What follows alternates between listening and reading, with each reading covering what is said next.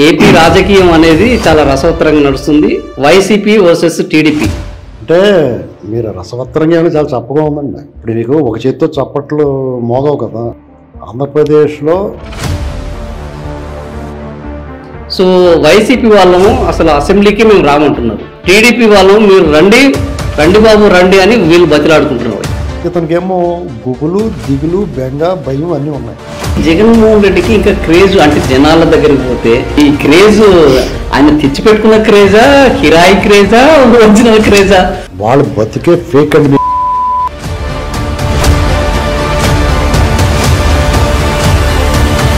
చంద్రబాబు నాయుడు చాలా popular leader. అట్లాంటి leader జైల్లో పడితే ఇక్కడ చూసినా కూడా అసలు ఈయన దగ్గరికి రాకుండా ఎక్కడిక్కడ అడ్డుకున్నారు. చంద్రబాబు నాయుడు గారు దాన్ని ఎంకరేజ్ చేయలేదు. చట్టానికి సహకరించండి, ఎవరు అడ్డుపడొద్దనండి.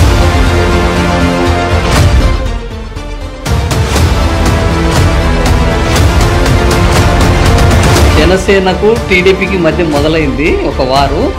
ఈ వారు ఏంది? లోకేష్, చంద్రబాబు, పవన్ కళ్యాణ్ ఎవరి కాడికి ఒళ్ళు దగ్గరికి పెట్టుకుని ఉంటుంది. ఎందుకంటే టీడీపీకి వీళ్ళ సహకారం కావాలి మనకి.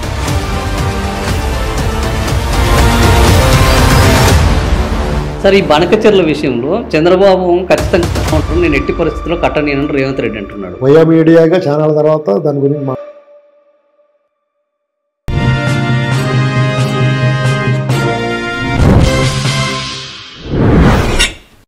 ప్రస్తుతం ఆంధ్రప్రదేశ్లో రాజకీయాలు అత్యంత రసవత్తరంగా నడుస్తున్నాయి. టీడీపీ విఫలమైందని వైసీపీ అంటుంటే, వైసీపీ వల్లనే రాష్ట్రం సర్వనాశనమైందని టీడీపీ నాయకులు అంటున్నారు. ఇప్పుడు అసెంబ్లీ సమావేశాల్లోనూ ఇదే చర్చ జరుగుతుంది. అయితే ప్రజా ప్రయోజనాన్ని పక్కన పెట్టి కొంతమంది నాయకులు రాజకీయాలు చేస్తున్నారన్న వాదన రోజు రోజుకు పెరిగిపోతుంది. నిజంగా అసలు రాజకీయం ఏం నడుస్తుంది, ప్రజల యొక్క ఆకాంక్షలు ఏ విధంగా ఉన్నాయి, నాయకులు దానికి తగ్గట్టు వ్యవహరిస్తున్నారా లేదా అనే అనేక అంశాల మీద మనతో మాట్లాడడానికి ఈరోజు ప్రముఖ అనలిస్ట్ అర్సుమల్లి శ్రీనివాసరావు గారు మనతో ఉన్నారు. ఆయన అడిగి మరిన్ని వివరాలు తెలుసుకుందాం. సార్ నమస్తే. సార్ నమస్కారం అండి. సార్, ఈరోజు ఏపీ రాజకీయం అనేది చాలా రసవత్తరంగా నడుస్తుంది. YCP versus TDP. So YCP వాళ్ళము అసలు అసెంబ్లీకి మేము రామంటున్నారు. టీడీపీ వాళ్ళము మీరు రండి రండి బాబు రండి అని వీళ్ళు బతిలాడుకుంటున్నారు. ఏంది సార్ ఈ పరిస్థితి అసలు? అంటే మీరు రసవత్తరంగా ఏమైనా చాలా చప్పగా ఉందండి. రసవత్తరంగా ఏముంటుంది? ఇప్పుడు నీకు ఒక చేతితో చప్పట్లు మోగవు కదా. ఆంధ్రప్రదేశ్లో ప్రస్తుతం వాతావరణం ఎలా ఉందంటే, రాజకీయంగా పరిపాలన పరంగా కూటమి ప్రభుత్వం పరిస్థితి ఏంటంటే, ఆ పబ్లిక్కి జనరల్గా ఒక ఏదో పార్టీకి అనుబంధంగా కానీ లేకపోతే ఒక భావజాలంగా ఉన్న వాళ్ళు అలాగే మాట్లాడే వాళ్ళు అటు ఇటు ఉంటారు కదా. కాబట్టి వాళ్ళకి అభిప్రాయాలు అలాగ ఉన్నా జనరల్ పబ్లిక్ విషయం ఏంటంటే, సంక్షేమ పథకాల్లో ఏం కోతలేదు, గతం కంటే ఘనంగానే వస్తున్నాయి. తర్వాత అభివృద్ధి కూడా కళ్ళ ముందు కనిపిస్తూ ఉంది. రోడ్లు కానీ లేకపోతే పెట్టుబడులు తీసుకురావడం కానీ, కొన్ని లాంచ్ అవ్వడం కానీ, అమరావతి కానీ పోలవరం కానీ ముందుకు వెళ్ళటం కనపడుతూ ఉంది. నిన్న కాక మన కుప్పాంగి నీళ్ళు వెళ్ళి ఇలాంటివి కొన్ని కళ్ళ ముందు కనిపిస్తూ ఉన్నాయి. ముఖ్యంగా ఎలైట్ పీపుల్ అంటే రిటైర్ అయిన వాళ్ళు, తర్వాత సమాజంలో వాళ్ళు బతుకుతూ ఉంటారు. అంటే చిన్న చిన్న వ్యాపారాలు చేసుకుని లేకపోతే పూర్తిగా విశ్రాంతి తీసుకుంటా ఒక వాళ్ళు 20% ఉంటారండి ఓవరాల్గా స్టేట్ మొత్తం మీద. వాళ్ళందరూ ప్రశాంతంగా ఉన్నారు. ఎందుకంటే మన భూమి ఎవడ దుబ్బెత్తడన్నా భయం లేదు, మన ఇంట్లోకి ఎవడో వచ్చి కూర్చుంటాడన్నా భయం లేదు, మన మీద సడన్గా ఎవడ దాడి చేస్తాడన్నా భయం లేదు. ఇలాంటివన్నీ వాళ్ళకి కొంచెం ప్రశాంతంగా ఉంది. కాబట్టి వాళ్ళు ఎవరికి సమస్య కనిపించదు. దీంతో గవర్నమెంట్ బాగానే ఉంది, భయం లేదు. మెయిన్ భయం లేకపోతే మిగతా వ్యవహారం అంతా కొంచెం ప్రశాంతంగా ఉన్నట్టు అనిపిస్తుంది. కాబట్టి ఇక్కడ సమస్య ఎక్కడ వచ్చిందంటే, జగన్మోహన్ రెడ్డి గారు వైసీపీ పార్టీ ఓడిపోయిన తర్వాత ఆయనకి అసలు ఇది మింగుడు పడిన విషయం. అవును, ఇంత ఘోరంగా ఓడిపోతాడు ఆయన ఒప్పుకోలేదు. ఇవాళకి కూడా ఆయన మనసు అంగీకరించట్లేదు. ఎందుకంటే నన్ను ప్రజలు మోసం చేశారు అనుకుంటున్నాడు. దానికి చంద్రబాబు నాయుడు గారు ఎక్కువ హామీలు ఇచ్చేసాడు, అందుకని మోసపోయాడు, ఆయన హామీలు నెరవేర్చడం అని అనుకున్నాడు. ఆయన పెన్షన్ 4,000 అంటే 4,000 ఇవన్నీ అమలుగానే హామీలని అనుకున్నాడు. 4,000 అంటే 4,000 ఇచ్చాడు. తర్వాత మహిళలకి ఆయన ఒకళ్ళకి ఎత్తే ఇంట్లో ఎంతమంది ఉంటే అంతమందికి తల్లికి వందనం ఇస్తున్నారు. అన్నదాత సుఖీభావ పడతా ఉన్నాయి. ఆటో డ్రైవర్లు కూడా ఇచ్చేస్తున్నారు. ఫ్రీ బస్సు, అన్నా క్యాంటీన్లు, అర్చకులకు 20,000 జీతాలు, ఇలాగా డిఎస్సి, ఇవన్నీ ఈయన ఊహించలేదు. జగన్మోహన్ రెడ్డి చేయలేడు అనుకున్నాడు. బుర్ర తొక్కుపోయిన జగన్మోహన్ రెడ్డి చేయగలిగినప్పుడు ఎంత బుర్ర ఉన్నవాడు ఎందుకు చేయలేడండి? ఆలోచించండి. తెలివైన వాళ్ళు కదా. జగన్మోహన్ రెడ్డి అప్పు తెస్తే అది కైంకర్యం అయిపోద్ది, వీళ్ళు అప్పు తెస్తే పెట్టుబడిగా మారుద్ది, దాని మీద ఎంతో కొంత ఆదాయం వస్తుంది. వాళ్ళకి వాళ్ళు కనపడకపోయినా అప్పుడు కెనరా బ్యాంకు ఇలా ఈ దేశంలో పెద్ద బ్యాంకులన్నీ ల్యాండ్ అవుతూ ఉన్నాయి అక్కడ అమరావతిలో. ఇంకొక 6 నెలల తర్వాత ఇంకా బాగా కనపడుతుంది. నేను వాళ్ళేం పొగట్లేదు, వాళ్ళలో ఉండి లోపాలు ఖచ్చితంగా వాళ్ళలో ఉన్నాయి. అది జగన్మోహన్ రెడ్డి ఏం మాట్లాడక్కర్లేదు, అతను రావట్లేదని ఎవరు బాధపడక్కర్లేదు. అసెంబ్లీకి మొదట్లో అనుకున్నాం నాతో సహా. జగన్మోహన్ రెడ్డి గారు ఎంత కాదన్నా 39% ఓట్లు వచ్చిన వ్యక్తి, రాష్ట్రంలో ప్రతిపక్ష హోదా ఇవ్వకపోయినా అతను ఉనికి నువ్వు ఎమ్మెల్యేగానే చూపించారు కదా ప్రజలు. 10 మంది ఎమ్మెల్యేలు ఇచ్చారు కదా, ఆ 11 మంది వెళ్ళి మీరు మాట్లాడండి అయ్యా అని చెప్పారు. ఇతనికేమో గుబులు, దిగులు, బెంగ, భయం అన్నీ ఉన్నాయి. అటు వెళ్తాను. ఎందుకంటే గుబులు ఎందుకంటే అంత ఎత్తున అచ్చెన్నాయుడు కనపడతాడు ధ్వజస్తంభంలాగా. ఓరు బాబా, అతని ముందు ఇతను ఆడడం ఏమంటాడో అన్న భయం, గవక్కను పీకేసేసుకుంటాడేమో అని భయం. ఎందుకంటే ఈయన రకరకాల మాటలు మాట్లాడాడు. అచ్చం కూర్చో అది ఇది అని మాట్లాడాడు. మనిషి ఎదుగు మనసు ఎదగలేదు ఇలాంటి మాటలు మాట్లాడాడు. చంద్రబాబు అట్లా చేస్తారా సార్? ఏమి చేయరండి. నిజంగా సభానాయకుడిగా చంద్రబాబు నాయుడు గారు ఉన్నప్పుడు ఇట్లాంటివి జరగవు. ఆయన దీన్ని ఎంకరేజ్ చేయడు. కాబట్టి ఇలాంటి ఎంకరేజ్ చేయడు. కాబట్టి సభ్యుల్లో కొంతమంది అగ్రెసివ్గా ఉన్న, కోపం ఉన్నా, ఇలా గెల్లాలన్న కోరుకున్నా సరే వాళ్ళు ఎవరో కూడా ముందుకు రారు. ఎందుకంటే అంత ధైర్యం చేయలేదు, వాళ్ళ నాయకుడు అంగీకరించడు. ఇక్కడ జగన్మోహన్ రెడ్డి గారు ఏం చేసేవాడు, ఎవరన్నా వెక్కిరించినా, ఎగతాళి చేసినా, చంద్రబాబు నాయుడు గారు హ్యూమిలేట్ చేసిన నాయకులను అందరినీ ఇబ్బంది పెట్టిన, జుగుప్సాకరమైన భాష మాట్లాడిన జగన్మోహన్ రెడ్డి గారు ఎంకరేజ్ చేసేవాడు. వాళ్ళకి పదోన్నతలు కల్పించేవాడు. పైగా అతని గురించి వాళ్ళు పాటలే పాడేస్తుంటే ఎంజాయ్ చేసేవాడు. వాళ్ళు పాటలే పాడేసేవారు కదా. అతను ఎవరో కరణం ధర్మశ్రీ, ఇంకొక ఆవిడేమో అనంతపురం నుంచి పాటలు నువ్వు అనుకుంటే అవుద్ది స్వామి, ఇలాంటి మాటలన్నీ మాట్లాడేసేవారు. దాన్ని ఎంజాయ్ చేసేవాడు ఆయన. ఇలాంటి ఈ సభలో ఉండవు. జగన్మోహన్ రెడ్డి గారిని ఏమీ అనరండాడు. యాక్చువల్గా జగన్మోహన్ రెడ్డి గారు భయం ఏంటంటే అయ్యన్ బాతుడి గారు కనపడతాడు. ఆయన ఇంట్లో అర్ధరాత్రి గోళ దూకించని ఇబ్బంది పెట్టాడు. ఆయన మీద రేపు కేసు పెట్టాడు. ఆయన ఒకవేళ ఆయన పక్కకి వెళ్తే రఘురామకృష్ణరాజు గారు వస్తాడు. ఆయన ఏం చేసాడో తెలుసు కదా, దాన్ని తీసుకెళ్ళి కుట్టి చంపేస్తానని చూశారు. కాబట్టి వాళ్ళ ముఖం చల్లదే తనకి. పవన్ కళ్యాణ్ గారు ఉంటాడు పక్కన. పవన్ కళ్యాణ్ గారు నిజంగా మనం ఎవరు ఊహించని విధంగా హుందాగా కనిపిస్తున్నాడు సభలో, బాగా మాట్లాడుతున్నాడు. ఏమండి, అతను ఒకవేళ జగన్మోహన్ రెడ్డి, పవన్ కళ్యాణ్ గారు గతంలో జగన్మోహన్ రెడ్డికి ఉంటుంది లోపల పిల్లల సభలో, స్టూడెంట్స్ని పెట్టి చిన్నపిల్లల్ని 4 పెళ్లిళ్ళు చేసుకున్నాడు, కార్ టైర్లు మార్చాడు, ఇలాంటి మాటలు మాట్లాడాడు. చాలా మాట్లాడారు. అవన్నీ ఎప్పుడు మానేసాడు అనుకుంటున్నారు? అప్పుడే మానేసాడు అతను అంటాం. ఎప్పుడు మానేసాడు చెప్పండి? రా నేను చేసుకుంటాను అన్నాడు కదా పవన్ కళ్యాణ్. ఆ ఒక్క మాటతోటి 100 ప్రశ్నలకు ఒక దళం ఒకటి సమాధానం అని చెప్పాడు. అయితే అక్కడితో వదిలేసాడు. ఇప్పుడు సభలో కూడా చాలా డిగ్నిఫైడ్గా ఎవరన్నా బొండమ్మ గారు ప్రశ్న వేస్తే సమాధానం రమ్మని చెప్పాడు. అవును, ఆయన ఊగిపోయాడు తప్ప ఈయన ఊగిపోలేదు. మీకు ఇక్కడ ఏమవుతుందంటే జగన్మోహన్ రెడ్డి గారికి ముఖం చల్లదాం. లోకేష్ గారిని మాటలు అనిపించాడు, అనిత గారిని మాటలు అనిపించాడు, అచ్చెన్నాయుడు గారిని అన్నాడు. ఇలాగ అక్కడ ఉన్న నాయకులు చంద్రబాబు గారిని వాళ్ళని తీసుకెళ్ళి కొంతమంది జైల్లో పెట్టించాడు, ఇవన్నీ చేశాడు. వాళ్ళందరూ అంత ఉందాగా ప్రవర్తిస్తే తనకి భూమిలో కూరుకుపోతూ ఉంటాడు సిగ్గుతోటి. అదొకటి. ఒకవేళ ఇతను ఏదన్నా నాకు మైక్ ఇవ్వలేదు, మాట్లాడలేదు అంటాడు, మాట్లాడడానికి అవకాశం ఇచ్చాను, ఏం మాట్లాడతాడు? సపోజ్ పోలవరం గురించి మాట్లాడాడు అనుకో, వాళ్ళు 100 చెప్తారు. నువ్వు రివర్స్ టెండరింగ్ చేసి దాన్ని సంకనాగిచ్చేసి నువ్వు దాన్ని నువ్వు మటాచ్ చేసేసావు, నువ్వు అప్పుడున్న కాంట్రాక్ట్ని మార్చావు, మేము నీ అంత సన్నాసులం కాదు, మేము మార్చలేదు, సావరాబాబుని అతనికే ఇచ్చామని చెప్తారు. మొన్న బుగ్గన రాజేంద్ర మాట్లాడుతూ అసలు పోలవరాన్ని నేనే ప్రారంభించానని చంద్రబాబు చెప్పడం ఏంది, అనుమతులన్నీ మా దగ్గర వచ్చినాయని, మొత్తం ఏంది మార్చి, సెప్టెంబరు, అక్టోబరు అన్ని డేట్లు కూడా చెప్తున్నారు. అసలు ఇది ఏంటి ఇంత విచిత్రం ఏంది అని అంటున్నారు. ఏంటి సార్ అసలు? మీకు వైసీపీలోకి వెళ్ళేటప్పటికి మాటలు రాని మోగవాడు కూడా బూతులు తిట్టగలుగుతాడు. అంటే ఎందుకని? ఎవడన్నా అంటే వాళ్ళకి ఏమన్నా ట్రైనింగ్ సెషన్, చాలా పెద్ద మనిషి కుటుంబ చరిత్ర ఉన్నవాడు కూడా జగన్మోహన్ రెడ్డి పార్టీ అతను సహవాసం చేస్తే పచ్చి అబద్ధాలు అడ్డగోలు వాదన చేయగలుగుతారు. అది సిగ్గుందండి వాళ్ళకి ఏమన్నా. పోలవరం గురించి వాళ్ళు మాట్లాడకూడదండి. 72% పూర్తయిన దాన్ని తీసుకుని వీళ్ళు దాన్ని ఆ గోడల గీడలు కొట్టుకుపోయేలా చేస్తారు తప్ప 20లాగా అప్పచెప్తా ఉన్నాడు. 27 జూన్కి అన్నాడు, 22 డిసెంబర్ అన్నాడు, 23 అన్నాడు, 25 జూన్ అన్నాడు. అంటే 24లో గెలుస్తాను అనుకుని ఏమైందండి? రివర్స్ టెండరింగ్ అని 300 కోట్లు లాభం వచ్చింది అన్నాడు. 6,000 కోట్లు దోలు తీరిపోయింది. నువ్వు మాట్లాడండి, నాలుగులేని నరవలేని నాలుగు కదండి. వాళ్ళు ఏం మాట్లాడతారు. అతనికి ఓటే లెక్కండి. అతను తనకి పెత్తనం కావాలి, అధికారం కావాలి. ఈ రెండు కావాలంటే డబ్బు కావాలి. ఆ వైపే పనిచేశాడు. డబ్బు సంపాదించాలి, అధికారం నిలబెట్టుకోవాలి, అంతే. మిగతాది ఏది దాని అంతటి కొన్ని అవుతూ ఉంటాయి, ఎవడో చెప్పక లేకుండా. అలాంటివి ఏదో జరిగి.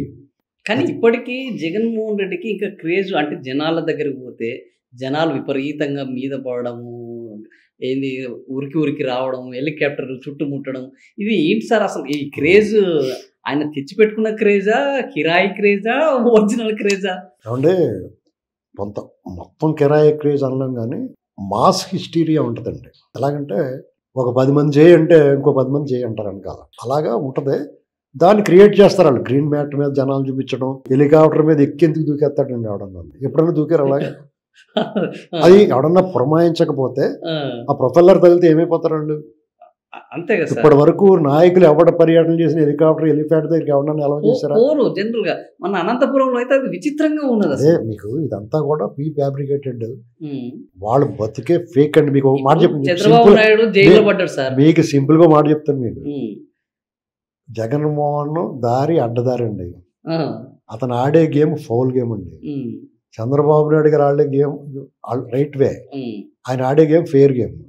వీళ్ళిద్దరు కాకుండా కొంతమంది మైండ్ గేమ్ ఆడతారు, కొంతమంది డబుల్ గేమ్ ఆడతారు. అర్థమైందండి? వాళ్ళిద్దరు ఎవరో మైండ్ గేమ్ ఆడేవాడు, డబుల్ గేమ్ ఆడేవాడు, మీరు మీ ఓకు వదిలేస్తున్నారు అంతే తప్ప వాళ్ళు ఎప్పుడు స్ట్రైట్ గా ఉండదు జగన్మోహన్ రెడ్డిది. కాబట్టి వాళ్ళు అన్ని అబద్ధాలు మాట్లాడతారు. నాకేమనిపించిందండి సార్, చంద్రబాబు నాయుడు చాలా పాపులర్ లీడర్, చాలా మందికి జరిగింది. అట్లాంటి లీడర్ జైల్లో పడితే ఆయన జైల్లో అక్కడి నుంచి ఇక్కడ వరకు ఏంది వెహికల్స్లో తరలించారు. తరలిస్తే ఎక్కడ చూసినా కూడా అసలు ఈయన దగ్గరికి రాకుండా ఎక్కడికక్కడ అడ్డుకున్నారు అనే ఒక చర్చ బాగా వచ్చింది అప్పుడు. అసలు మీకు చంద్రబాబు నాయుడు గారు దాన్ని ఎంకరేజ్ చేయలేదు. చట్టానికి సహకరించండి, ఎవరు అడ్డుపడొద్దని ఆయన స్వయంగా చెప్పాడు. ఆయన కూడా సహకరిస్తాడు. ఆయన ఎప్పుడు అరెస్ట్ చేసినా, నిర్బంధించినా, డిటైన్ చేసినప్పుడు ఆయన తన హక్కుల గురించి అడుగుతాడు ఆ ఆఫీసర్లని. ఇది కరెక్ట్ కాదు, మీరు నా నోటీస్ ఇవ్వండి, రిటర్న్గా ఇవ్వండి ఏదైనా అడుగుతాడు. వాళ్ళు ఆఖరికి మాకు సహకరించండి సార్ ప్లీజ్ మాకు అని వాళ్ళ పరిస్థితి అర్థం చేసుకుని చట్టాన్ని గౌరవించి, రాజ్యాంగాన్ని గౌరవించి అతను వాళ్ళకి సహకరిస్తాడు. అదే మీకు వైజాగ్ ఎయిర్పోర్ట్లో జరిగిన, రేణిగుంట ఎయిర్పోర్ట్లో జరిగిన, రామతీర్థం ఘటనలో జరిగిన, అనపర్తిలో జరిగిన, మొన్న ఆయన అరెస్ట్ అప్పుడు అక్రమంగా ఆ కొల్లి రెడ్డి అత్యంత దారుణంగా వ్యవహరించాడు. ఇప్పుడు మనుషులు ఎద్దులాగా ఎదిగితే కాదండి, మా చదువు ఉన్నదంటే కాదు, కనీసం వాళ్ళు దేని మీద ఓత్ తీసుకుని వచ్చారో వాళ్ళ స్థాయిని గౌరవించడానికి ఆ రూల్ పాటించాలండి. జగన్మోహన్ రెడ్డి అంటే బందిపోటు దొంగ చెప్తే ఒక అధికారి, ఐపీఎస్ అధికారి పాటించడం అంటే అంతకన్నా దురదృష్టం ఏముంటుందండి సార్? అధికారుల గురించి ఇప్పుడు ఏ పార్టీలు ఉంటే ఆ పార్టీలో ఉంటున్నారు కదా సార్ ఇప్పుడు అధికారులు. ఇప్పుడు ఇక్కడ ఉన్న వాళ్ళు జగన్ దగ్గరికి వచ్చిన వాళ్ళు ఎవరు? టీడీపీ నుంచి వచ్చిన వాళ్ళు, కొత్తగా బయట నుంచి అయితే రాలేదు. ఆయన పక్షాన ఈ రోజు మళ్ళీ ఇటు పక్షాన. ఇప్పుడు నిన్న కూడా గోరంట్ల బుచ్చయ్య సోదరి మాట్లాడుతూ ప్రభుత్వం మారింది కానీ అధికారులు మారలేదు, ప్రజలకు న్యాయం జరగట్లేదు అన్నారు. జనరల్గా చంద్రబాబు నాయుడు అంటేనే అడ్మినిస్ట్రేషన్, అధికారుల మీద మంచి పట్టు ఉంటుంది అని అంటారు. మరి ఎందుకు ఈ పరిస్థితి ఏర్పడుతుంది సార్?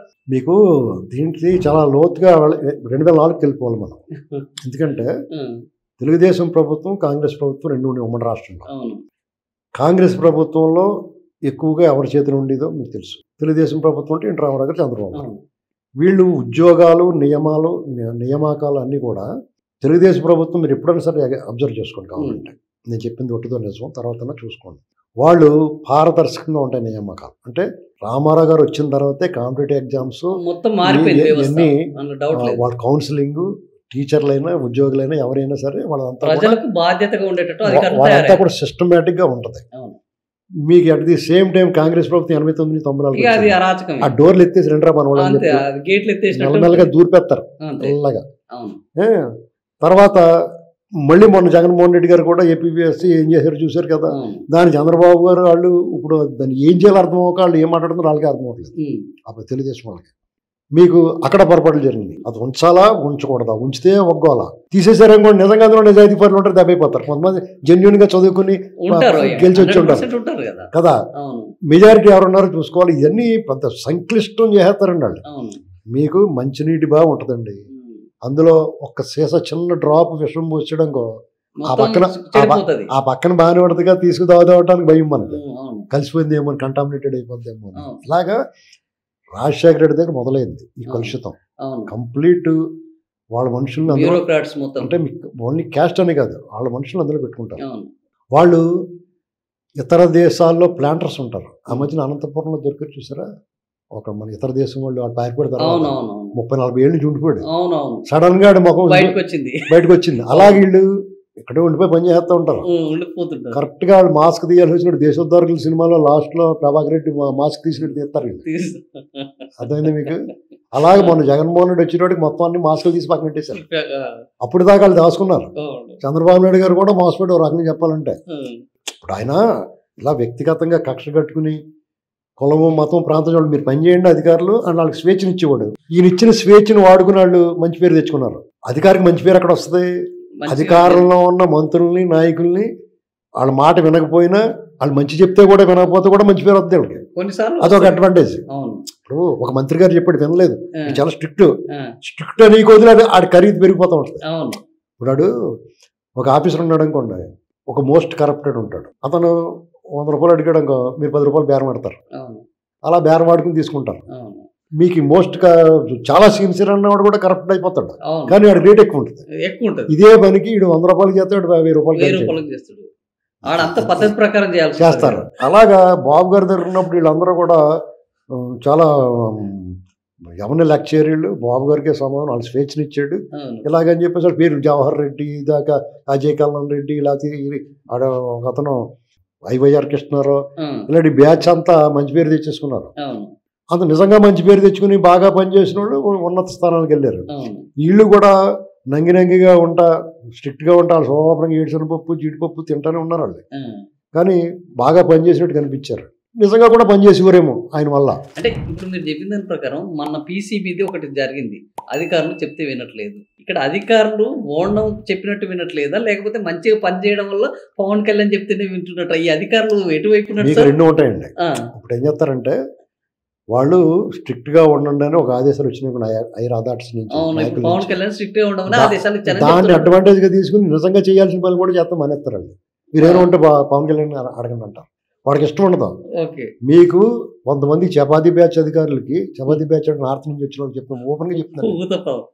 ఊతప్పం వాళ్ళు అంటే మనవాళ్ళు, ఈ చపాతీ బ్యాచ్ ఉంటారు వాళ్ళు, పన్నీర్ బటర్ మసాలా చపాతీ బ్యాచ్, వాళ్ళకి మనకు చూస్తే అసహ్యం. మనకి కార్తికేయ మిశ్రా లేకపోతే ఆ శబరి గారిని ఇంతకలా మాట్లాడతాడు, ఏంటంటే బలుపు. మీకు మీరు ఏమైనా చెప్పండి, పీపుల్స్ రిప్రజెంటేషన్ వాళ్ళు గౌరవించి తీరాలి. అందులో రెండో ఆలోచన లేదు. ఎందుకంటే వీఆర్ పబ్లిక్. ఇది బ్రిటిష్ ఇండియా కాదండి, ఇండిపెండెంట్ ఇండియా. ఈ ప్రపంచంలోనే అతిపెద్ద ప్రజాస్వామ్య దేశము. ప్రజలే రాజులు, ప్రజల కొరకు ప్రజల చేత ఎన్నుకోబడిన ప్రభుత్వాలు. అంటే ప్రజలే రాజులు, నువ్వు పబ్లిక్ సర్వెంట్, ప్రజల పబ్లిక్ ఓనర్స్. దీనికి నువ్వు వాళ్ళ దగ్గర ప్రజాసేవకుడు, నువ్వు మూసుకుని ఆ ప్రజల ప్రతినిధి దగ్గర నువ్వు సబార్డినేట్ గా ఉండి తీరాలా. అది వాళ్ళకి తెలియట్లేదు. మేము ఐఏఎస్లు 5 ఏళ్ళు ఉండిపోతారు. ఆ మంచం కోడు లేకపోతే ఒక బయటపడిసిన బండ కూడా 30-40 ఏళ్ళు ఉంటుంది ఇక్కడ. కానీ అధికారులకు ఇట్లాంటి స్వేచ్ఛనిచ్చింది చంద్రబాబు నాయుడు అనేది ఒక మచ్చ ఉంది సార్. కాదన్నా చంద్రబాబు నాయుడు గారు బలము బలహీనత అదే. చంద్రబాబు నాయుడు గారు ఏం చేస్తారంటే పారదర్శకంగా పనిచేయాలి, వాళ్ళ చేత పని చేయించుకోవాలి, ప్రజలకు సమాజ హితం కోసం చేస్తాడు. డెఫినెట్ గా దాన్ని దుర్వినియోగం చేసుకుంటారు. ఇప్పుడు జవహర్ రెడ్డి ఉన్నాడండి, 2003 వరకు మంచి పేరు తెచ్చుకున్నాడు. తర్వాత ఏమయ్యాడు? జగన్మోహన్ రెడ్డి అయ్యంలోకి వచ్చిన తర్వాత మచ్చలు పడతాం కాదండి, చిల్లడిపోయాడు. వీళ్ళందరూ అంతే. ఇప్పుడు మీకు ఒకళ్ళిద్దరని కాదండి, ఏదనంటే వాళ్ళు గింజు చేస్తారు. కానీ అసలు వాళ్ళు డబ్బులకు అలవాటు పడ్డారు, కరప్షన్కి అలవాటు పడిన తర్వాత వాళ్ళు ఎవడో మార్చలేడు. అలా కరప్షన్కి అలవాటు పడడానికి కారణం కూడా ఒకటి ఉంది. కొంతమంది రాజకీయ నాయకులు అడ్డగోలుగా ఒక 2004 ముందు అడుక్కు తినేవాళ్ళు తర్వాత 1000 కోట్లు 1,00,000 కోట్లకి వెళ్ళిపోతే వాళ్ళకి బాధ వచ్చేది. మనం కష్టపడి పని చేస్తున్నాం, వీడు దొబ్బు తినేస్తున్నాడు, కార్పొరేటర్ అయ్యి కొంతమంది కార్లు కొనేస్తున్నాడు, వాళ్ళు తట్టుకోవాలి, వాళ్ళకి ముళ్ళు మండిపోతా ఉంటుంది. అప్పుడు ఏం చేస్తారంటే ఆటోమేటిక్గా వాళ్ళు సంపాదించుకోవాలనుకుంటారు. ఇలా జరుగుద్ది ఒకరిని చూసి ఒకళ్ళు. అయితే అయినా సరే ఇప్పుడు వీళ్ళు ఎంత సంపాదించుకున్నా ఎవడంత దొబ్బేసినా పర్లేదండి. జనరల్ పబ్లిక్కి ఇబ్బంది లేని విషయాల్లో ఇప్పుడు మీరు ఒక పెద్ద కాంట్రాక్ట్, ఇప్పుడు పోలవరం కాంట్రాక్ట్ ఉంది, అందులో ఒక 1000 కోట్లు దొబ్బేస్తే ఎవడ పట్టించుకోండి. మీరు చిన్న ఇల్లు కట్టుకుని ఆ పర్మిషన్కి డబ్బులు దొబ్బేస్తున్నారు అనుకో, మీకు నొప్పి వస్తుంది. ఇప్పుడు నిన్న గాయత్రి జరిగింది సార్, గాయత్రి సుబ్రహ్మరెడ్డికి 5,000 కోట్ల రూపాయలను మాఫీ చేశారు. దీని పట్ల అసలు జనాలు మొత్తం ఏంది, చిన్నవానికి ఒక ఇది చేస్తే దర్వాజలు పీక్కొని పోతారు, మీలాంటి వాళ్ళు మాలాంటి వాళ్ళు. ఇట్లా 1000 కోట్లు రద్దు చేస్తుంటే అది మీకు 2 లక్షల కోట్లు ప్రభుత్వ బ్యాంకులకి ఆ మధ్య కేంద్ర ప్రభుత్వం, ఇది ఎన్డీఏ ప్రభుత్వం మీద ఇంకెక్కువ ఉన్నది. ఇది ఎన్డీఏ ప్రభుత్వం అని కాదండి, ఏ ప్రభుత్వం ఇలాగే జరుగుద్ది. ఇప్పుడు అన్ని వాల్యూమ్ ఎక్కువైపోయినాయి. ఒక 40 ఏళ్ళ క్రితం భోజనం 2 రూపాయలు ఉండేది, ఇవాళ 400 రూపాయలు నాన్ వెజ్ ఫీజులు ఉంది. కాబట్టి దాన్ని మీరు ఈ ప్రభుత్వం మీద పడక్కలేదు, మనం అందరూ వాళ్ళే. కానీ అసలు ఈ విధానం ప్రభుత్వం ఏదైనా విధానం కరెక్టా సార్? ఇది ఏమైనా కానీ సమాజం కూడా నీతి నిజాయితీలను వదులుకుంది. మీకు ఎక్కడ మీరు నిజంగా నిజాయితీ పరుడు చాలా మంచోడు అన్నవాడిని గెలిపిస్తున్నారా? లేదు. మరి అంతే. ఇప్పుడు ఎందుకంటే ఇట్లా ఉంటే వాడిని బతకనిస్తలేరు. నువ్వు డిజర్వ్ ఇట్. ఎందుకంటే నువ్వు చేసిన తప్పుకి స్వయంకృతం ఇది. ఇక్కడ చంద్రబాబు నాయుడు గారు నేను చాలా గొప్పడని పొగడ్డం కాదు, కానీ 2004 ఆయన చేసిన తప్పు ఇట్లా చెప్పండి, ఎందుకు కూడా ఇచ్చారు మీరు? ఈయన ఇచ్చిన హామీలో నాకు ఒకసారి అవకాశం ఇవ్వమని అడిగాడు. 2004లో చెప్తున్నాను. 2004 మన తప్పు 20 ఏళ్ల క్రితం చేసాం. మొన్న చేసిన తప్పు కాదు, 19లో చేసిన తప్పు కాదు, దానికన్నా ముందే తప్పు చేసాం మనం 2004లో. మనం వామపక్ష భావజాలం చెప్పాళ్ళు, ప్రపంచ బ్యాంక్ ఏజెంటు అది ఇది అని చెప్పారు. ఇవాళ మనం అనుభవిస్తున్న ప్రతి దాన్ని వ్యతిరేకించారు వాళ్ళు. హైదరాబాద్లో రోడ్లు వెడల్పు కానీ, ఫ్లైఓవర్లు కానీ, హైటెక్ సిటీలు కానీ అన్నిటిని వ్యతిరేకించారు వాళ్ళు. మరి దానికి మీరు వాళ్ళ మద్దతు ఇచ్చి చంద్రబాబు గారిని దింపారు. తర్వాత ఆ ఫ్రూట్, ఆ కాయలన్నీ కోసుతున్నది ఎవరు? వాళ్ళే కదా. ప్రజలు అనుభవిస్తున్నారు, వాళ్ళు బాగా అనుభవించారు ఆటోమేటిక్గా. వాళ్ళ మనుషులందరికీ అప్పుడు వచ్చిన విద్యుత్ సంస్కరణల వల్ల వచ్చిన ఫలాల్ని రాజశేఖరుడు పూర్తిగా సీకేసి ట్యాంక్ పాడేసాడు మిగతా వాళ్ళకి. మీరు విద్యుత్ అంటే విద్యుత్ సంస్కరణ తీసుకొచ్చిన చంద్రబాబు అయితే ఆ విద్యుత్ వల్ల అధికారాన్ని కోల్పోయాడు.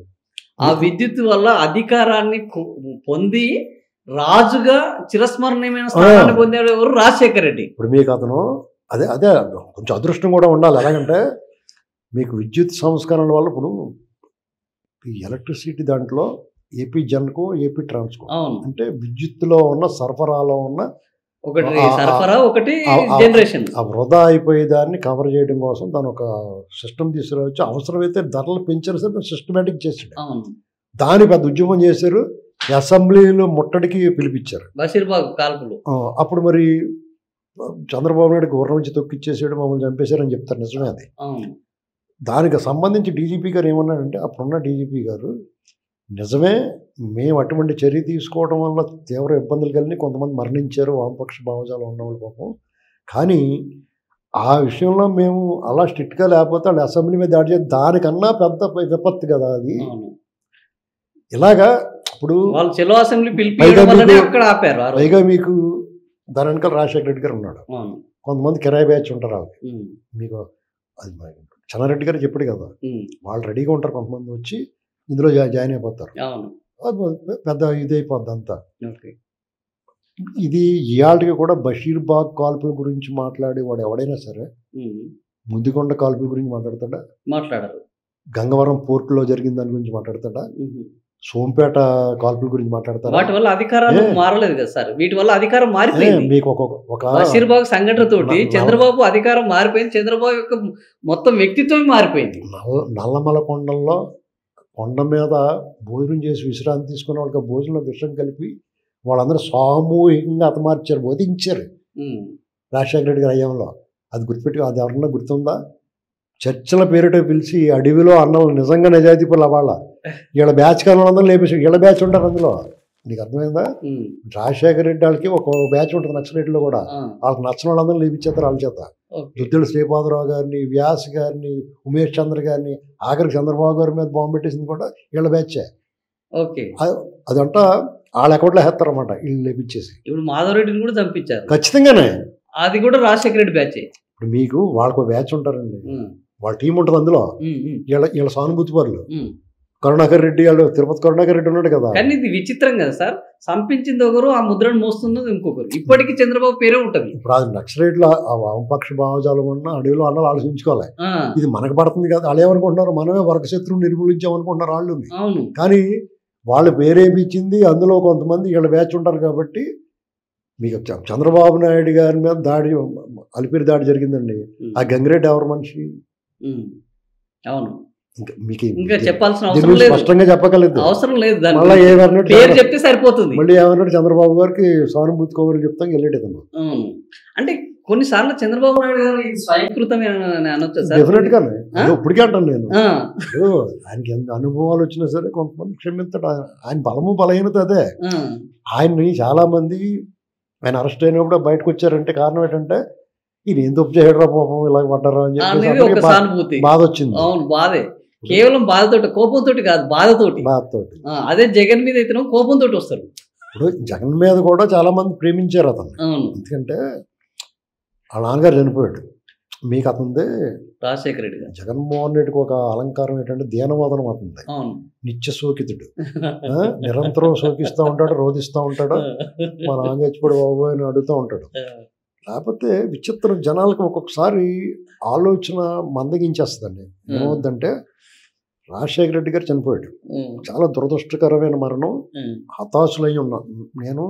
నిరంతరం రాజశేఖర రెడ్డి గారి విధానాలను విమర్శించి నేను కూడా అయ్యో పాపం అనుకున్నాను, ఇలా జరిగింది ఎట్రా బాబు అని. అంతే తప్ప నేనేం చచ్చిపోలేదు. అతను ప్రేమించి వాళ్ళ ఇంట్లో వాళ్ళు జ్వరం కూడా రాలేదు, తలపోటు కూడా రాలేదు ఎవరికైనా. కానీ ఎంతమంది అలా చచ్చిపోతారు చెప్పండి, తప్పు కదా అది. మన తమిళనాడు తరహా ఉండదు మన ఎమోషన్, మనకి ఎమోషన్ ఉండదు. రాజశేఖర రెడ్డి విషయంలో చాలా, ఈ రోజు కూడా సార్ రాజశేఖర రెడ్డి విషయంలో మీరు జనాల్లో ఉన్నారు. ఇప్పుడు ఎన్టీఆర్ విషయంలో ఉన్నారు సార్, అంతే ఎమోషన్. చాలా మంది అన్న మీకు ఎమోషన్ ఉండదు, ఎలివేషన్ ఉంటుంది, ఎలిమినేషన్ ఉండదండి. జీవితాన్ని ఎలిమినేట్ చేసుకోరు ఎవడం. ఎమోషన్ ఉంటుంది, ఎలివేషన్ ఉంటుంది. వీరుడు, సూర్యుడు, ధీరుడు అని చెప్తారు. అలాగే ఎమోషన్ ఉంటుంది, భావోద్వేగం ఉంటుంది, బాధపడతారు. చంద్రబాబుకి అది లేదు ఎందుకు సార్? చంద్రబాబు వీళ్ళకంటే ఎక్కువ చేశాడు వాస్తవానికి. మీకు ఇక్కడ సంస్కరణల విషయంలో ఏం జరిగేదంటే, రాజశేఖర రెడ్డి గారు అలా చనిపోయిన తర్వాత జగన్మోహన్ రెడ్డి మెడపొట్టలో దొరికిందిరాము అని ఛాన్స్ అనుకున్నాడు. అతను ముఖ్యమంత్రి అయిపోదాం అనుకున్నాడు ఈజీగా. అది కాంగ్రెస్ వాళ్ళు ఒప్పుకోరు కదా, కరెక్ట్గా నడిచి కాళ్ళు కట్టి అడ్డం పెట్టారు. అతను కోపం వచ్చింది, మొత్తమే బయటకు వచ్చాడు. బయటకు వచ్చి పార్టీ పెట్టాడు. ఇంకా వాళ్ళ రంగంలో దిగారు వాళ్ళ బ్యాచ్ అంతా. వాళ్ళ నాన్న చచ్చిపోయాడు ఒకసారి. అంటే స్టేట్ డివిజన్ అంశం ఇతను సానుభూతి అంశాన్ని డామినేట్ చేసేసింది. అప్పుడు మీకు గుర్తుపెట్టుకున్నారు జనం, చూసారా ఇతను మంచి పనివాడు, చంద్రబాబు ఇతని చేత చేయించుకోవాలి పని అనుకున్నారు. అక్కడ అవకాశం ఇచ్చారు. ఇక్కడ ఉద్యమం నేత కేసీఆర్ గారికి ఇక్కడ ఇచ్చారు. ఇది రాష్ట్రం ఏర్పడుతుంది అనగానే ఒక వైపు వచ్చేసింది సార్. ఇది అయిపోయింది, చంద్రబాబుని గెలిపించుకుంటేనే ఇంకా బాగుపడుతుంది. ఇది అయిపోయిన తర్వాత జగన్ కూడా బాగానే వచ్చినాయి ఓట్లు, సీట్లు. అతనికి ఆశ చావలేదు. నెక్స్ట్ బీజేపీకి నమ్మకం ఏర్పడదు. బీజేపీకి టీడీపీకి వైరుధ్యాలు వచ్చిన తర్వాత జగన్మోహన్ రెడ్డి మొదలెట్టాడు. వాళ్ళకి ప్రశాంత్ కిషోర్ తెచ్చుకున్నాడు. ప్రశాంత్ కిషోర్ అనేటువంటి వాడు కాండము తొలుచు పురుగులాంటి వాడు. ఆకు నాకు పురుగు ఉంటుంది కదా, మొత్తం నాయకత్వం ఏమి ఉండదు. అటువంటి సీడపురుగు ఈ దేశంలో తయారయ్యాడు. ఈ వాడాడు బీహార్లో అడ్రస్ లేకుండా పోతున్న చూడండి. ప్రశాంత్ కిషోర్ చంద్రబాబు కూడా మనం తెచ్చుకున్నాడు సార్. చంద్రబాబు తెచ్చుకోలేదు, అతనే వచ్చాడు. అతను అయితే పని చూసుకు చంద్రబాబు గారు ఒకటే ఫ్లైట్ లో ఇద్దరు దిగి వెనక నుంచి ఆయన రావడం. మీకేమవుద్దంటే అండి, చంద్రబాబు మీరు వార్తలు కూడా చూసున్నారు. నేను చూసాను, నేను నాకు తెలిసి పూర్తిగా అక్కడ ఏం జరిగింది. షో టైం పక్కన పెట్టి వస్తున్నది వాళ్ళు ఏమి కూడా వీళ్ళు పెద్ద ముదర కేసులు అండి. ఎవరు చెప్పేది వినరాళ్ళు ఏమీ. ఎవరన్నా చెప్తే అలా చూసి సరే వీళ్ళు ఏమనుకున్నారో చేస్తారు. ఇది మంచిగాని చెడుగాని. మీకు ఇక్కడ ప్రశాంత్ కిషోర్ వాళ్ళు జగన్మోహన్ రెడ్డికి ఒకటి వర్కౌట్ అయింది. ఎలాగంటే క్యాస్ట్ మీద పడ్డాడు. కమ్మ సామాజిక వర్గం డైరెక్ట్గా హిట్ చేశాడు, టార్గెట్ చేశాడు. అమరావతి మీద పడ్డారు. దీన్ని లింక్ చేశారు. ఇలాగా కొన్ని విషయాల్లో వాళ్ళకి ఒక అడ్వాంటేజ్ వచ్చింది. సాధారణంగా మాస్ జెల్సీ ఉంటుంది. మీకు ఏమీ సంబంధం లేకపోయినా తళతళలాడే తెల్లటి బట్టలు వేసుకుంటే అలాగే జెలసీ ఉంటుంది. అలా వెళ్తున్నాడు అనుకోండి, ఎవడవని చూసి మీకు ఎందుకో మనసు చివుక్కుమంటది పురచబుద్ధి ఉన్నవాడు. లేదా మంచోడు కూడా ఒకసారి ఈర్ష్య కలగచ్చు. దాన్ని వాళ్ళు అడ్వాంటేజ్గా తీసుకున్నారు కొన్ని. పైగా ఎంతో కొంత అసంతృప్తి ఉంటుంది, అతనికే బలంగానే ఉంది కదా.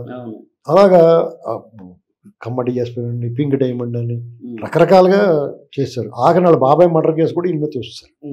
అలాగే విజయం సాధించడం. ఇవన్నీ చేసినా పక్క కేసీఆర్ గారు సపోర్ట్ చేసాడు, పైన ఉన్న మోడీ వాళ్ళు సపోర్ట్ చేసి అందరూ సపోర్ట్ చేస్తే తప్ప అతను బయటపడలా. 25 లక్షల ఓట్లు దొంగోట్లు ఉన్నాయి అప్పటికి. మొన్న ఎలక్షన్లో అవన్నీ దించేశారు వీళ్ళు, తెలుసా మీకు? 25 లక్షల ఓట్లు పనిగట్టుకుని ఐడెంటిఫై చేసి వాటిని తొలగించేదాకా నిద్ర ఉండదు టీడీపీ అది కలలేరు. ఓకే, సో ఇప్పుడు జరుగుతున్న ఉద్యమం కరెక్టే అయితే, రాహుల్ గాంధీ చేస్తున్న ఉద్యమం కరెక్టే, దొంగ ఓట్ల ఉద్యమం. మీకు రజత పార్క్ ఏమన్నా 18లోను 18 లక్షలు అయిన తర్వాత అంతా అయిపోయిన తర్వాత సారీ చెప్పాడు. ఏం చేయాలి అప్పుడు మనం పబ్లిక్? సారీ చెప్తే ఏంట్రా సారీ, బ్లాక్ బొమ్మ కూడా సారీ చెప్తూ ఊరుకుంటారా? ప్రజాస్వామ్య హత్య చేసాడు అతను, అతని మీద శిక్ష లేదు ఈ దేశంలో. నిరూపణ జరగలేదు కదా. నిరూపణ జరగడం ఏంటండి, అతను డైరెక్ట్ గా ఒప్పుకున్నాడు కదా. ఒప్పుకున్నాడు కానీ దాని మీద ఎవరు వెళ్ళలేదు కదా. State election commission Addanki Dayakar అడిగితే చెప్తారు మీకు ఏం జరిగిందో, ఎంత దుర్మార్గం జరిగిందో. మీకు ఇక్కడ వాళ్ళు ఒక్కొక్క అడ్వాంటేజ్ ఉంటుంది. కొన్నిసార్లు కొంతమందికి అడ్వాంటేజ్ ఉంటుంది. ఒకడు పాము గరిసిన ఏమవుదో బాధపడ్డాం, ఒకడు సేమ్ గరిస్తే అరుస్తాడు. అలాంటి పరిస్థితి వచ్చింది. జగన్మోహన్ రెడ్డి ఆ ఎలక్షన్లో ఇంటింటికి వీధి వీధికి తిరిగి, వాళ్ళ అమ్మ తిరిగింది, వాళ్ళ చెల్లెలు వచ్చింది, వాళ్ళ మిస్సెస్ వచ్చారు, అందరూ వచ్చారు. వాళ్ళ అమ్మగారు ఏం చెప్పిందంటే ఫైనల్గా వాళ్ళ ఆన్ చచ్చిపోటండి, వాళ్ళ చిన్నాన్ని చంపేశారు, మా సంటోడికి ఒక ఛాన్స్ ఇవ్వండి. అవినీతి అంటే ఏంటంటాడు, అతనికి ఏం తెలియదు, ఆ మొహం చూడండి ఎంత ఎర్రోళ్ళగా ఉన్నాడు అని చెప్పింది. చెప్తే జనం కూడా ఇది ఎర్ర బాబు ఇలాగా ఉన్నాడు అనుకుని అప్పుడు పడుకుని నిండున్నారు జనం. హ్యాపీ సండేలు, పోలవరం ప్రాజెక్టు, పట్టిసీమ నీళ్లు, మిలీనియం టవర్స్, వైజాగ్లో మెడిటెక్ జోన్లు, లొల్లు మాల్స్, ఏంటండి ఇలాగా ఫుల్ ఎంజాయ్మెంట్లో ఉన్నారు జనం. కడుపు నిండా ఉంది. మంది కాకపోతే తాటికి ఎదురు ఎక్కమంటాడు కదా ఎవడన్నా. సరే ఒకసారి చూద్దాం అన్నారు, చూసారు, దూల తీరి బేడ మిగిలిందండి అందరికీ. వాళ్ళకి వెంటనే అర్థమైపోయింది ఒక సంవత్సరానికే. ఇసుక మద్యం పాలసీ చూడగానే మనం మంచి పనివాడిని వదులుకుని పనికిమాలని తెచ్చుకున్నాం రా బాబు అనుకున్నారు. జగన్మోహన్ రెడ్డి ఒక సంవత్సరం పరిపాలన చూసేటప్పుడు అర్థమైపోయింది జనాలకు, దెబ్బైపోయినరా బాబు, ఒక మంచి పనివాడిని వదులుకుని పనికిమాలని తెచ్చుకున్నారు. కానీ కిక్కురు మళ్ళీ ఎట్టి ఎవడు నోరెప్తాడు ముఖమే కొట్టిపోరాడు. అవును, మెల్లమెల్లగా ఆఖరికి ఓవరాల్ గా ఎన్నికల్లో వాళ్ళు ప్రజా తీర్పు ఇచ్చేశారు. జగన్మోహన్ రెడ్డి ఎంత అరాచకం చేయాలో అంతా చేశాడు. ఓకే, ఇంకొకటి ఛాన్స్ ఇవ్వలేదు, ఇంతకన్నా ఎక్కువ చేద్దాం. ఇప్పటికీ ఇంకా వాళ్ళు మళ్ళా మేము వస్తామని నమ్మకంతో ఉన్నారు, మళ్ళీ మేము వస్తాం మీ సంగతి చూస్తామంటారు సార్.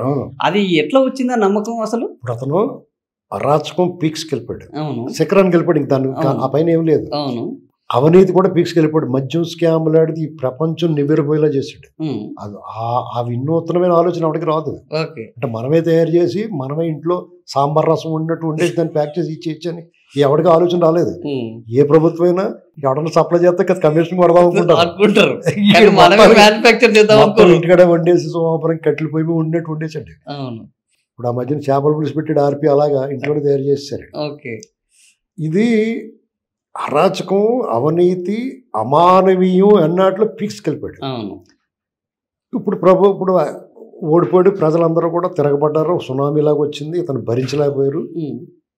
దీంతో ఇప్పుడు అతను ఏం చేశాడంటే దిక్కుతోచని పరిస్థితి ఉంది, అయోమయంగా ఉన్నాడు. ఒక పక్కన వాళ్ళు చేసిన నేరాలన్నీ వాళ్ళు ఎదురు చూస్తున్నారు. యాక్చువల్గా వీళ్ళు ప్రభుత్వం మారగానే లోకేష్ రెడ్ బుక్ అన్నాడు కదా, ఆ రెడ్ బుక్ కాదు పెట్టి మన పేర్లు ఉన్నవి ఉంటాయి, మళ్ళీ అందరినీ వేస్తారు వీళ్ళు అనుకున్నారు. వాళ్ళు వెరైటీగా ఏం చేశారంటే వీళ్ళు జోలికి వెళ్ళలేదు.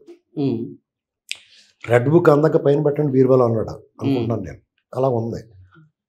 ఇక వీళ్ళే రెడ్ బుక్ వాళ్ళ దగ్గర రాకపోయినా వీళ్ళే రెడ్ బుక్ దగ్గరికి వెళ్ళిపోతున్నారు కొంతమంది. అలాగే వెళ్ళిన వాళ్ళు అరెస్ట్ అయ్యారు. మద్యం స్కామ్ తాలూ కూడా అరెస్ట్ అవుతున్నారు. మిగతా వాళ్ళు ఏంటంటే రోజా కానీ, పేరు నాని కానీ, అంబటి రాంబాబు కానీ, ఇలా కొంతమంది వాళ్ళకి ఇవాళ కాకపోతే రేపన్నా వాళ్ళు స్కాములు బయటకు వస్తే అరెస్ట్ చేస్తారని వాళ్ళకి తెలుసు. కాబట్టి వాళ్ళు ఏం చేస్తారు, ఎక్కువ పేలుతున్నారు. వాళ్ళు ఏం చెప్తారు, మేము గట్టిగా మాట్లాడాం కాబట్టి మా గొంతు నొక్కడానికి అరెస్ట్ చేశారని చెప్పుకోవడం కోసం వాళ్ళు అలా మాట్లాడుతున్నారు. ఈ మధ్యలో సడన్గా ఎంట్రీ ఇచ్చాడు కరుణాకర్ రెడ్డి తిరుమల తిరుపతి దేవస్థానం మీద. అసలు అతని హావభావాలు కానీ అతని చేష్టలు కానీ ఇది ఎట్రా ఇంత మంచి భక్తుడు ఎట్రా ఇతను అనుకుంటాం. అతను కరుడు గట్టిన నాస్తికుడు, గతంలో దైవ దోషం చేసాడు. వాళ్ళన్న ఏకంగా శ్రీవారి సుప్రభాతాన్ని భూతి పంచాంగం కింద మార్చాడు. అతను ఇప్పుడు గతంలో దైవ దోషం చేశాడు, తర్వాత అతని హయాంలో దైవద్రోహం చేశాడు. కలియుగ వైకుంఠం శ్రీనివాసుడు నిత్య కళ్యాణం పచ్చతోరణం కింద ఉంటుంది. అక్కడ ఆ స్వామిని స్పర్శించి స్పృశించి అర్చించి సేవించి ఆ భాగ్యం దక్కిన రమణ దీక్షితను కూడా పాడు చేస్తారు. అతని చేత కూడా అబద్ధాలు అడిచారు, పింక్ డైమండ్ ఇవన్నీ. వీళ్ళు చేసిన పని ఏంటి? రాజశేఖర రెడ్డి ఉన్నప్పుడు ఒకసారి అయ్యాడు చైర్మన్, జగన్మోహన్ రెడ్డి వచ్చిన తర్వాత ఒకసారి అయ్యాడు చైర్మన్, బోర్డు మెంబర్ అయ్యాడు సుబ్బారెడ్డి. ఈ గ్యాంగ్ తిరుమల తిరుపతి దేవస్థానాన్ని కొల్లగొట్టేశారు. ఆ స్వామివారి ప్రతిష్టని ప్రజల్లో ఆయన పట్ల బయటకు తీసుకొస్తారు. ప్రజల్లో ఆయన పట్ల ఉన్న భక్తి ప్రతిష్టని వీళ్ళ పరపతి పెంచుకోవడం కోసం, వీళ్ళ బెయిళ్ళు గట్ట రద్దు అవ్వకుండా ఉండడం కోసం వాడుకున్నారు. అంతేకాకుండా పీక్స్కి వెళ్ళిపోయింది ఏంటంటే పరకామణిలో దొంగతనం. అంటే వీళ్ళు చేసిన అరాచకాలు, దుర్మార్గాలు, అపచారాలు, అపవిత్రం, అప్రతిష్ట ఇవన్నీ ఒకటైతే పరకామణిలో దొంగతనం, స్వామివారి కానుకల్ని దొబ్బేయడం. ఇది యాళ్ళ జరిగింది కాదండి, వీళ్ళ హయాంలో చాలాసార్లు జరిగింది. ఒక్కసారి బయటకు వచ్చింది, అప్పుడు మిగతాయన్ని బయటకు తవ్వితే ఆడు ఎంత దొబ్బేసాడో తెలిసింది. దాన్ని వీళ్ళు పంచుకు దొబ్బేశారు. తిరిగి అతను నియమించారు. తెలుసా మీకు? అతని నియామకం వీళ్ళే చేశారు మళ్ళీ. ఓకే. కాబట్టి దాన్ని కప్పిపుచ్చుకోవడానికి ప్రతిరోజు తిరుమల తిరుపతి దేవస్థానంలో నిజంగా అంత భక్తుడు అనుకోండి. అతను 22 ఏళ్ళ నుంచి పడుకు శనీశ్వరుడు విగ్రహం అక్కడ ఏం పీక్తున్నాడు, తీసి ఎప్పుడు పడేయాలి కదా, పక్క తీసి పెట్టాలి కదా, లేకపోతే అన్ని తీసుకెళ్ళి పెట్టి పూజలు చేసుకోవచ్చు కదా. అంటే చెప్పులు తీసేసి కొబ్బరికాయ కొట్టి రాజశేఖర రెడ్డిలాగా ఇమిటేట్ చేస్తే అందరికీ నువ్వు చాలా మంచోడు అనుకుంటారా? రాజశేఖర రెడ్డిని మంచోడు అనుకోరు, నిన్నెందుకు అనుకుంటారు ఏంటండి? అంతే. గోశాలలో వయసు అయిపోయినా ముసలి అయిపోయిన ఆవులు చచ్చిపోతే అది పెద్ద లబ్బలు ఆడిపోతారు. లడ్డూలో కల్తీ లడ్డు నెయ్యి. సార్, ఈ కల్తీ నెయ్యి ఎంతవరకు వచ్చింది సార్? ఎంతవరకు వస్తుంది ఆ ప్రాసెస్? సుప్రీంకోర్టు వాళ్ళు హడావుడి చేశారు. ఇప్పుడు ఎక్కడ లేకుండా అది ఎక్కడ లేకుండా ఎందుకు లేదండి, అరెస్ట్ అయ్యారు కదా డైరీ వాళ్ళు. మీకు అది మనం అనుకున్నంత ఇదిగా సినిమాలో వచ్చినట్టు వెంటనే జైలర్ సినిమాలో రజనీకాంత్ రారండి. జైలర్ సినిమాలో అది ఒక ఎలివేషన్ 2.5-3 గంటల సినిమా కాబట్టి రజనీకాంత్ ఇలా అనుకోగానే వచ్చేస్తారు పొలమంటాను. ఇలాగా ఇక్కడ అలా రారు. ఏదైనా సరే అది విధానం. ఇప్పుడు కోర్టు ఉందండి, టపాల్మని 3 వారాలు వాయిదా చేస్తాడు. ఏం చేస్తాం? ఇప్పుడు అవినాష్ రెడ్డి బెయిల్ రద్దు చేయమని పెట్టారు. విచారణ చేయాలా వద్దా? మీరు చేయమంటే చేస్తా, బుద్ధి లేదా సిబిఐ వాళ్ళకి? వాళ్ళు చేయమంటే చేస్తానంటే నీ బుద్ధి ఏమైంది? నీ దర్యాప్తు ఏమైంది? అక్కడ ఇంకా దొంగలు అంతా బయట తిరుగుతున్నారు. అమ్మా, నోటోరియస్ క్రిమినల్స్, బ్రూటల్ మర్డరర్స్ వాళ్ళందరూ బయట తిరుగుతున్నారు కదా. అవినాష్ రెడ్డి మరి దగ్గరుండి చంపించేసాడు. ముక్కల కింద మాంసం కొట్టించుకుంటాం కదా మనం. ఆ తొడ తీసుకొట్టు ఈ తొడ తీసుకొట్టు అంటామా మనం? మాంసం మీరు తింటారా? అలాగే కొట్టించాడు దగ్గరుండి. వాళ్ళు వండు తిని అలవాటు లేదు కాబట్టి లేకపోతే వండు తినేద్దరు ఆర్మల్ లేకుండా మనకి ఏమైపోతే తెలవపోను మనకి. నీకు మాంసం తిని అలవాటు ఉంటే వాళ్ళకి వివేకానంద రెడ్డి గారిని కొట్టి చంపేసి తినేద్దరు వాళ్ళు. తర్వాత ఏమో తెలదండి అక్కడికి వెళ్ళిపోయింది అందరు. అలాంటి మనుషులు వాళ్ళు మేనేటర్స్, కానిబాల్స్ వాళ్ళు. కానీ సునీతారెడ్డి ఈ రోజు కూడా అడుగుతున్నది ఇంకా 8 వారాలు టైం ఇచ్చారు. ఈ లోపల బెయిల్ రద్దు చేయమనాలి కదా, మరి ఎందుకు అనలేదు? అంచేత కొన్ని చట్టంలో ఉన్న కొన్ని బొక్కలు ఉంటాయి, దాన్ని వాళ్ళు విదేశీగా వాడుకుంటారు. అందులో ఆరితేరి ఉన్నారు వాళ్ళు. వాళ్ళు నా చదువుకోకపోయినా ఏ రిజిస్ట్రార్ దగ్గరికి ఏం వెళ్ళాలి, మన కేసు ఏ బెంచ్ మీదకి వెళ్ళాలి ఇవన్నీ చూసుకుంటూ ఉంటారు. ఎవరు మనకు అనుకూలంగా ఉంటారు, ఎవరికి భాష అర్థం అవుతుంది అన్ని తెలుసు. యాక్చువల్గా కోర్టుల విషయంలో చంద్రబాబు నాయుడు సూపర్ అంటారు బయట. ఊరికే పేరు గొప్ప రమణ గాని వీళ్ళు గాని వాళ్ళందరూ, శ్రీదేవి గాని. చంద్రబాబు నాయుడు గారు అంత తోపు అయితే జగన్మోహన్ రెడ్డి 12 ఏళ్ళ నుంచి కరెక్ట్గా వాళ్ళకి పుష్కరం అతని బెయిల్ వచ్చి ఇదే రోజుకి అంటే సపోర్ట్ ఉన్నది. సెప్టెంబర్ 23, 2013లో అతనికి బెయిల్ వచ్చి భారీ ఎత్తున లొట్టుపెట్టలో ఏనుగులతో ఊరేగింపు జరిగింది. అతను ఎందుకు బయటకుంటాడంటే అతను తోపు తురుము అయితేనే ఎన్డీఏ సపోర్ట్. ఏ సపోర్ట్ ఉన్నానే తోపుతురుమే. ఇప్పుడు సుప్రీంకోర్టు అనేది ఎన్డీఏ కూటమిలో చంద్రబాబు నాయుడు గారి ప్రభుత్వం ఉన్నా సరే జగన్మోహన్ రెడ్డి ఆ తోపు కాబట్టే బయట తిరగలుగుతున్నాడు. ఒక సంవత్సరం 3 మాసాలు అయింది అతను అధికారం కోల్పోయి. ఎందుకు విచారణకి వెళ్ళలేదండి? ఏ వ్యవస్థ ఎందుకు పిలవట్లేదండి అతన్ని? ఇప్పుడు నేను ఇంతకుముందు మీకు చెప్పాను కదా సార్, ఏపీలో రాజకీయాలు రసవత్తరంగా జరుగుతున్నాయి అనేది ఇదే. ఏంది అంటే రసవత్తరం కాదు, జగన్ ఎన్డీఏ కూటమిలోనే ఉన్నాడు, చంద్రబాబు నాయుడు ఎన్డీఏ కూటమిలో ఉన్నాడు. జిఎస్టీ వస్తే జగన్ సపోర్ట్ చేస్తున్నాడు, చంద్రబాబు నాయుడు సపోర్ట్ చేస్తున్నాడు. లోపల కొట్లాడుకుంటారు, బయట మాత్రం బాగున్నారు. అర్థమైన విషయం అది కదండి.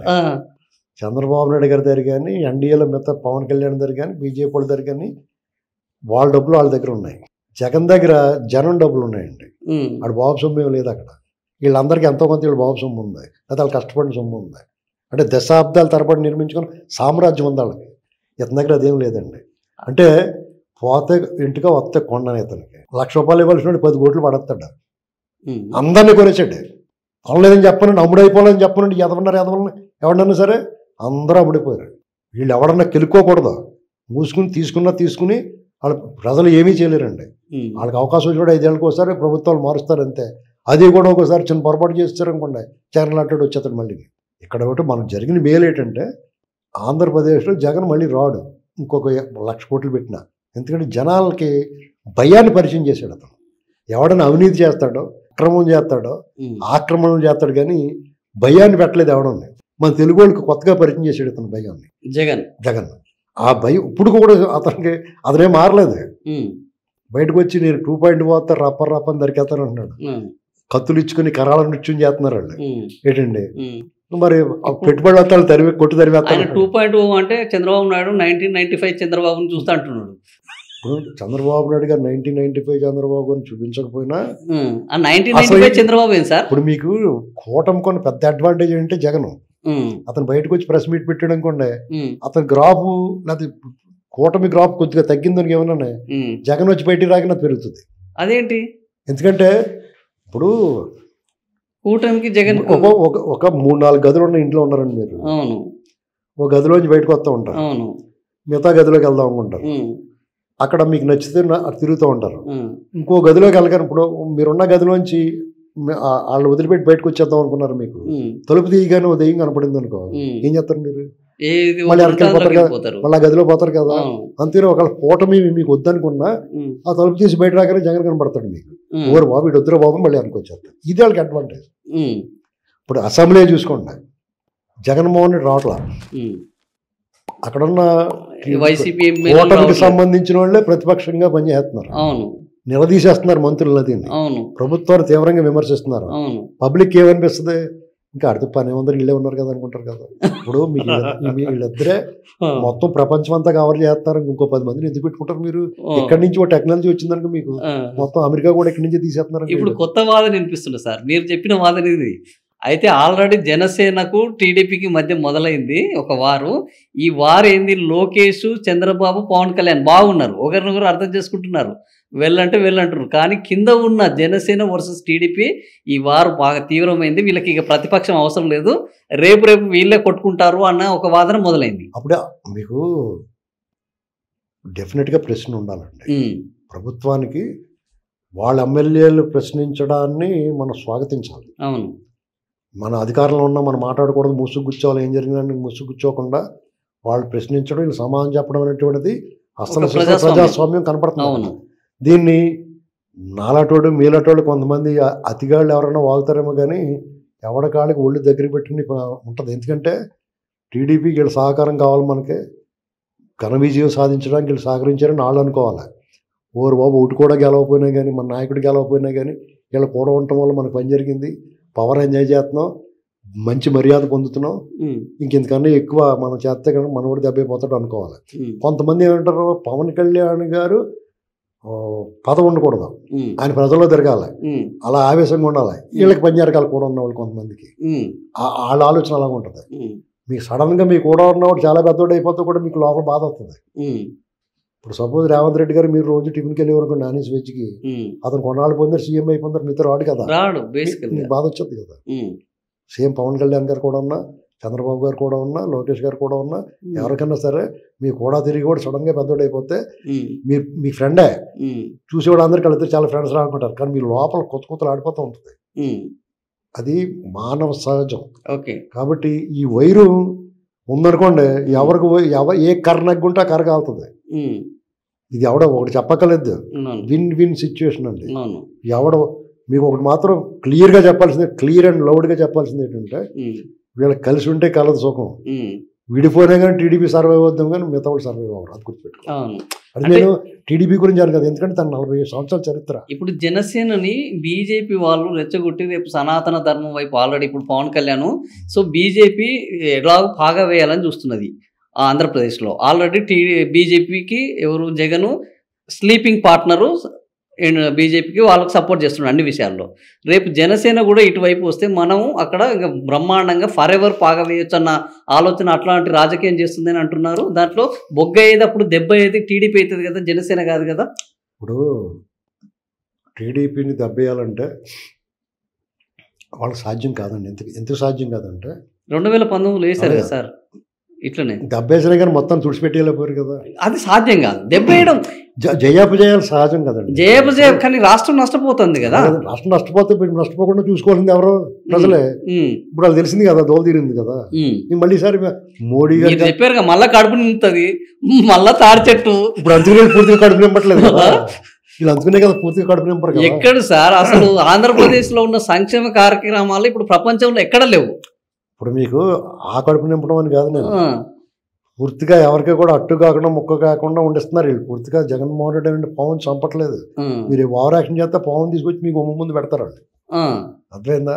ఓకే, స్ట్రాటజీగా వెళ్తున్నారు. మీకు ఏమవుద్దంటే అండి, టీడీపీకి ఒక 40 సంవత్సరాల చరిత్ర ఉండి బలమైన క్యాడర్ ఉండటం వల్ల క్యాడర్ జనసేన కూడా క్యాడర్ నిర్మించుకోవాలి. అవును, ఇప్పుడు అధికారం ఉన్నప్పుడు వాళ్ళు క్యాడర్ని తయారు చేసుకోవాలి. ఇక్కడ పవన్ కళ్యాణ్ గారు ఉన్నతను ఆశించి వాళ్ళు కొంతమంది ఉంటారు, ఆయన అడ్డం పెట్టుకుని పవర్ ఎంజాయ్ చేయాలనుకునే వాళ్ళు కొంతమంది ఉంటారు. వైసీపీ భావజాలంతో టీడీపీలో వెళ్ళలేక ఇందులోకి వచ్చి వాళ్ళు, వాళ్ళ వల్ల ప్రమాదం ఉంటుంది. దాన్ని కనిపెట్టలేనంత అవివేకులు కానీ వీళ్ళు మీరు చెప్పిన రాజకీయం చేస్తే కళ్ళు మూసి కూర్చోడానికి చంద్రబాబు గారు, లోకేష్ గారు, టీడీపీ వాళ్ళు సన్నాసులేం కాదు. వాళ్ళకి క్లారిటీ ఉంటుంది, ఐడియా ఉంటుంది. మీకు ఇంకోటి ఏంటంటే, చంద్రబాబు నాయుడు గారు ఫక్తు హిందువు, ఆ పార్టీ వ్యవస్థాపక అధ్యక్షుడు, నిలువెల్లా కాషాయం ధరించేవాడు, కొడుకులందరికీ కృష్ణనామధేయం, కూతుళ్ళందరికీ ఈశ్వర నామధేయం పెట్టి వాళ్ళు సనాతన ధర్మాన్ని పర్ఫెక్ట్గా పాటించిన వాళ్ళని ప్రపంచానికి తెలుసు. ఇక్కడ ఎవడేం చేసినా కానీ వాళ్ళేమి ముద్రలేరు.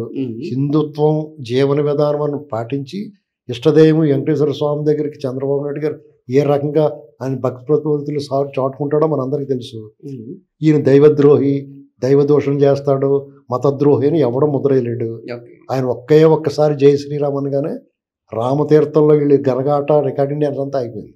ఓకే, చూసుకోండి కావాలి. ఓకే సార్, ఇప్పుడు ఆంధ్రప్రదేశ్లో నారా లోకేష్ పాదయాత్ర చేశాడు యువగలం పేరుతోటి, బ్రహ్మాండంగా జనం యొక్క అభిమానం పొందాడు. కానీ ప్రభుత్వం వచ్చిన తర్వాత నారా లోకేష్ మంత్రిగా అయ్యి పవన్ కళ్యాణ్ డిప్యూటీ సీఎం కావడంతో నారా లోకేష్లో అభిమానులందరూ ఈరోజు ఆయన ఎందుకు డిప్యూటీ సీఎం కాకూడదు, మావోడికి లేని అర్హత ఏమున్నది అన్న ఒక ప్రశ్న వస్తుంది. అంటే ఇద్దరు డిప్యూటీ సీఎంలు, గతంలో 3 డిప్యూటీ సీఎంలు ఉన్నారు, ఇద్దరు డిప్యూటీ సీఎంలు ఎందుకు ఉండకూడదు, చంద్రబాబు నాయుడు ఎందుకు అట్లా పక్కన పెడుతుండన్న ఒక ప్రశ్న వస్తున్నది. కారణం ఏంటంటారు? ఏం లేదండి, పవన్ కళ్యాణ్ గారికి డిప్యూటీ సీఎం అనేటువంటి చాలా ఎక్కువేం కాదు, ఆయన స్థాయికి అది పెద్ద హోదా విషయం ఏం కాదు. లోకేష్ మంత్రి ఉన్నాడంటే అతనికి ఏం తక్కువ స్థాయి ఏం కాదు. డిప్యూటీ సీఎం వాళ్ళందరూ, నేను పచ్చిగా చెప్పాలంటే వాళ్ళందరూ ఒకళ్ళు తీసుకుంటున్నప్పుడు మనకి ఎందుకండి, వాళ్ళు చాలా ప్రేమగా పవన్ అన్న అని ఇతను అంటాడో, అతను ఆయన రాజకీయాలు మీకు తెలియదు. ఇప్పుడు కడుపులో కత్తులు పెట్టుకుని కౌగిలించుకుంటారు రాజకీయాల్లో. మీకు ఇక్కడ మీకు వాళ్ళిద్దరు మ్యాటర్ నాకు పూర్తిగా పర్సనల్ గా తెలుసు. ఓకే, పవన్ కళ్యాణ్ గారు ఏం ఫీల్ అవుతాడంటే, ఎందుకు వచ్చిన కూడా బాబు వీళ్ళతో ఉంటే బాగుంది, మనకి పవర్ ఎంజాయ్ చేస్తున్నాం, మనం అనుకున్న సీట్లు ఇచ్చారు, వీళ్ళతో ఉండడం వల్ల 100% గౌరవం దక్కుతుంది, దర్జాగా ఉన్నాం, టీడీపీ తాలూకు మొత్తం శ్రేణులు అందరూ మాకు పనిచేశారు, టీడీపీ వాళ్ళు ఏమనుకుంటారంటే పవన్ కళ్యాణ్ గారు మనతో ఉండటం వల్ల ఆడ శ్రేణులు అందరూ మనకు పనిచేస్తారు, మనకి బాగా పని జరిగింది, ఇద్దరు సమవుజ్జులే. తిని కూట్లో మొన్న ఎందుకు పోసుకుంటాడు, జగన్మోహన్ రెడ్డి లాంటి అయితే పోసుకుంటాడు కానీ వీళ్ళు పోసుకోరు. లోకేష్ కి ఇస్తే మన్ను ఎట్లా పడుతుంది అనేది ఇప్పుడు జనం యొక్క ప్రశ్న. అవునండి, లోకేష్ డీసీఎం ఇవ్వకపోతే వచ్చిన నష్టమే ఉంది. ఇప్పుడు అతను ఇప్పుడు డిజర్వ్డ్ క్యాండిడేట్ కదా. అవునండి, మీకు పదవి అలంకారం అనుకుంటే అతను ఏం కావాలి, అతనికి సీఎం హోదాలో ఉన్నాడు, అతను రకంగా అతను అనుకున్న జరుగుతుంది కదా. ఎవడన్నా ఏమనుకుంటాడంటే అర్హత లేనివాడు ఇప్పుడు ముఖం మీద, ఇప్పుడు నా పేరు శ్రీనివాసరావు అని మీకు తెలుసు, కొంతమంది తెలియని వాళ్ళు ఉంటారు, తెలియని వాళ్ళకి తెలియజెప్పాల్సిన అవసరం నాకు ఏంటండి, మీకు కూడా తెలవట్లేదు అనుకోండి, బోర్డు రాసుకుని వెళ్తాం ఇక్కడ, ఆయనకు అవసరం లేదు. ఆయన డిప్యూటీ సీఎంగా ఆయన గౌరవం ఇవ్వాలంటే ఇంకో పక్కలో మళ్ళీ పక్కన పెట్టకూడదు ఇంకొకళ్ళు ఎవరినండి, ఆ మర్యాద ఆయనకి ఇవ్వాలా. ఎందుకంటే రాష్ట్రం పట్ల స్పందించి అది 2-3 ఏళ్ల క్రితమే చెప్పాడు, నేను ఓట్లు చేయాలనేవాడిని నువ్వు ఎలా గెలుతో చూస్తానండి. అతను శపథం నెరవేర్చారు, టీడీపీ సహకరించింది, వాళ్ళు సహకరించారు. ఈ మధ్యలో మిఠాయి పొట్లలాగా అటు ఇటు చూసి పొట్టలు పట్టుకుపోరు బీజేపీ వాళ్ళు. ఇప్పుడు మీరు మిఠాయి పొట్లు అన్నట్టు మాధవ్ ఇప్పుడు బీజేపీ అధ్యక్షుడు, ఇందులో అంతిమ లబ్ధిదారులు ఎవరంటే బీజేపీ వాళ్ళు, లేకపోతే నేను ఆ మాట మాట్లాడుతున్నాను.